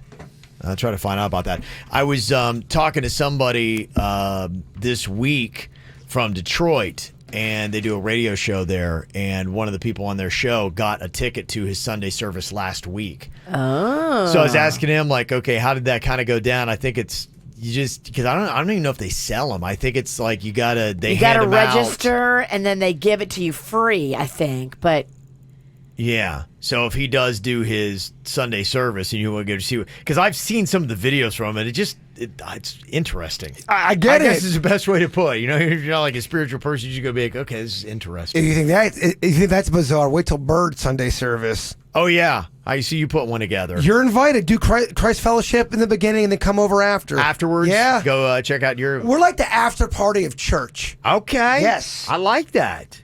Should have something like that. Well, when Kanye does it, when I saw the video, he's like, everyone's dancing around him. Like it's not the traditional where he's on a stage doing something. He's kind of in the middle of the mix. I Old think school style. Yeah, I think that's why some people kind of like that. So, so if it's going on down here, we'll try Good to for figure him. out Look, if he's all the doing something details. spiritual, good for him. I'm all for that. Yeah, well, you know what? I think he's got a movie coming out that is, it looks like a spiritual movie, but it's like, I think it's like God in the title of the movie, but then Kanye is right in almost in just as big a font as God. It's kind of alluding to the fact I that- think it's kind of how he feels like God's just got him by an inch. There's God and Kanye and Jesus is king, but I'm going to use bolder type. yeah. Somebody said, yeah, some Miami shows that are going on right now. CSI Miami is still on? Okay, that's right. All right. Gosh, okay, I didn't know that. Love and Hip Hop Miami Okay. is going on in Miami Toa? TOA? What is that? I never heard of that. Maybe they meant to write toe. Oh, okay. Probably. And somebody said you guys are talking about cults, and here comes Kanye. And he's got too many people for it to be a cult. We learned that yesterday. Don't drink the Kanye Kool-Aid. Yeah, I don't know how crazy that'd be. Kanye puts together a cult, and yeah, so many people would join it. he would. That's why it's religion at that point. He would be the best cult leader ever. Yeah. Somebody said, I heard that Kanye's Sunday service, he just plays Jesus Walks for 45 minutes. He loves that song. He loves that video. Okay. I would totally go. I just want to see what this thing is all about. He covered Nirvana last time because we heard it. Yeah, it sounds like a lot. Yeah. But sometimes they do. They take popular songs like that and they, kind of make them. He brings a whole chorus Spiritual or with something. them. He brings a whole chorus. They all dress in like white and robes and stuff. And sometimes when you go, he doesn't sing at all. And they do all the singing. I'd be pissed if I went and he didn't do any singing. Because you'd think you're going to a Kanye show and it's just all these other people. The video I saw he was down kind of like doing it. I mean, it wasn't, he was part of it. So, and I think he had like a choir behind him. Okay. The one that I saw. That was the one that when he goes out on a hillside, he has a choir behind him. When he's just like in a church, he's down on the floor and doing stuff behind us. He switches it up on you. And somebody said that Tat Show Miami Inc. If you're talking about current running TV shows. So there you go. Thank you very much for dropping in here. 877-979-WRMF. You can always text us here at the KVJ Show. Do you want to watch the KVJ Show live or on demand? Find us on youtube.com/KVJ Show. Somebody said, apparently turning strip clubs into churches is a South Florida thing. There's also a former strip club church on Griffin Road in Dania Beach. Oh. Praise the Lord. That's right. That's pretty He amazing, lives. How about that, huh? It's happening all over the place. Now, when you're doing collections and you're walking down with the plate, are you allowed to say, let's see some grain on the scene? Make it rain. It would be kind of interesting, yeah. Make it rain for Jesus. Because, I'm trying to think of just how many things they do in a strip club would carry over to a church. And there are a few things, obviously, you would have to probably eliminate. But you might. I like the DJ angle. To me, I think strip club DJ working a church service could be that'd be pretty sweet. No one's falling asleep in church. Let's get Pastor Kev down to the stage. Pastor Kev, come on down. That's right. Here you go. Yeah, I kind of like maybe, giving offering. That could be a lot more creative than just putting it in a basket. Tucking into somebody's clothes. I'd say, yeah. Seems slightly inappropriate, but, Make them work. Donations might go up. I don't know. Just a couple ideas. So maybe there's a couple things that might work over. Somebody also had a pretty good Kanye story. They said that when he was playing AAA a couple years ago, we were around my family, my wife, 3 teenagers. We drove in a tinted Ford passenger transit model. And after the concert, we were leaving the arena, and apparently Kanye and his crew were leaving at the same time. We kind of saw this, little motorcade of cars, and we were just actually kind of pulling. So we kind of got right behind, and they had the police escort, and we just slipped right in and wound up in the motorcade and drove all the way to his hotel. And they were coming down the line, letting people outdoors, and we go, and I panicked and drove off. He said it's pretty cool taking the police escort, being in That's amazing. Kanye's motorcade. They panicked at the last second. That's hilarious. It is kind of cool when you've totally done something like that. It's pretty awesome, but yeah, you got to maintain nerve the entire time. You did that with the Heat, the Miami Heat. You got in the mix of things. Yeah, we did. We just kind of slid in right after they won the NBA championship. At the arena. There's a private, little family-only party that's happening literally right after the game. Yeah, I kind of knew the lay of American Airlines Arena a little bit. Of course you did. You had a sports show. Yeah, you're right, I did. And so I knew, I told my buddy, I know where this elevator goes. If we can get, and you can get on the elevator, no problem, to go out there to the parking and whatever. And I'm going, and right in there is where they're going to be doing the post-game interview. So we walked in, but they didn't let the media in. It was family only. The 2 security guys were high-fiving each other and hugging. So I'm like, keep going. We walked right past these security guys who were just caught up in the moment. And we look in the room, and I'm like, oh my gosh, there's D. Wade holding the trophy. Oh my gosh. And they were taking photos, and all the players were in there. And it was just players and family. And my little Jewish friend went up there and got a photo of D. Wade, and he's 4 foot tall. He looks like somebody's agent. He fits right in. He did. You didn't get any kind of. I thought there was one weird looking photoshopped picture of you. No, because my phone, of course, you know how my phone's always charged? That was the one time my phone battery was dying. We made a Photoshop picture where we put him Yeah. in there with his friend. I actually was really photoshopped in that one. Yeah. Yeah, it was the owner's daughter that actually took the photo. Wow. Yeah, Mickey Harrison's daughter is the one that snapped it. And she was nice enough that she emailed it to me later. So That's cool. And I think she kind of knew. She's like, okay, you guys. She's like, wait a minute, you're not supposed to be in Get here. this, and that was before. That was before your new hair. So yeah, Show yourself the door, radio riffraff. get out of here. Right. There's a cool story that is going viral here today that I like. It sounds a lot like, remember the homeless guy years ago that had With the the great, golden voice? Yes. Yes. And a radio show in Columbus at WNCI found him, did an interview with him. He wound up getting some voiceover work. I don't know. I think he had some other problems that kind of like I raised think he his... took one of his first checks and went and bought more drugs. Something happened that was I thought he tried to a little off. fight somebody at a family gathering. Yeah, there were. It didn't go well. There were a few things. I think kind of some of the reasons why he was homeless in the first place started to. Sobriety's tricky, Kev. Yeah, so I'm not sure what happened to him now, but now there is the latest incarnation of that, a homeless opera singer. She was in an LA subway station, and her name is Emily Zamorka, and she's originally from Russia, and she used to make money playing her violin on the street. Then some jerk tried to steal it and broke it. $20,000. Yeah, it was a $10,000 $10,000. violin. Yeah. And the jerk broke it, and that was also how she made a living. Can we get it repaired? Oh, don't worry. This woman is going to be just fine. Okay, good. So that kind of put her in dire straits. Her only choice was to start singing for money. It was tough. She winds up homeless, and then this video comes out and starts going viral with her singing in it, and it's amazing.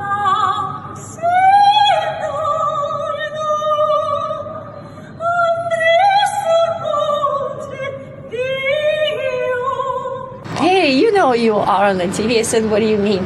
If it's God's will for my life to change, then I will praise him and I will be so grateful. How about that, huh? Wow. What a look she has. We're gonna delve in that a little bit deeper on the Weird Whenever podcast tonight. Okay. Yeah. Yeah. There's a pretty cool. It's a cool story with her. It is, and now she's found a place to stay. Somebody's given her a new violin. She's booked at least one singing gig, and somebody started a GoFundMe page. It's already raised a ton of money. Good. As of last night, it's about $45,000. So. Watching her talk in the interview, she almost has like a mystical sense to her. It's you're very drawn to her and her story. And there you go. She's got a platform. People listen now, so good for her. A couple quick birthday shout-outs we didn't get to because I think every single computer that's associated with KVJ crashed today. You're right. Happy quick first birthday to our great-grandson, Cassian. That is from Grandma Sue and great-grandpa Brian. Cassian! And happy birthday, lots of love from Glenn, Landon, Enrique, and Brutus. So there you go. That is for my wife, Susan. Susan! Yes. So Glenn had sent that in, so I want to get those for you. Apologize for that. All right, before we get to the After the Show podcast, Steve-O going to be popping in here with us as well. Jbird, if you would, wrap it with a lovely thought. Every pizza is a personal pizza if you try hard enough and believe in yourself. You can finish it? Yeah. Even a large? Yeah, just got to power through it, Virginia. That's the motto. KVJ Show is all over social media. Find us Facebook, Twitter, and Instagram.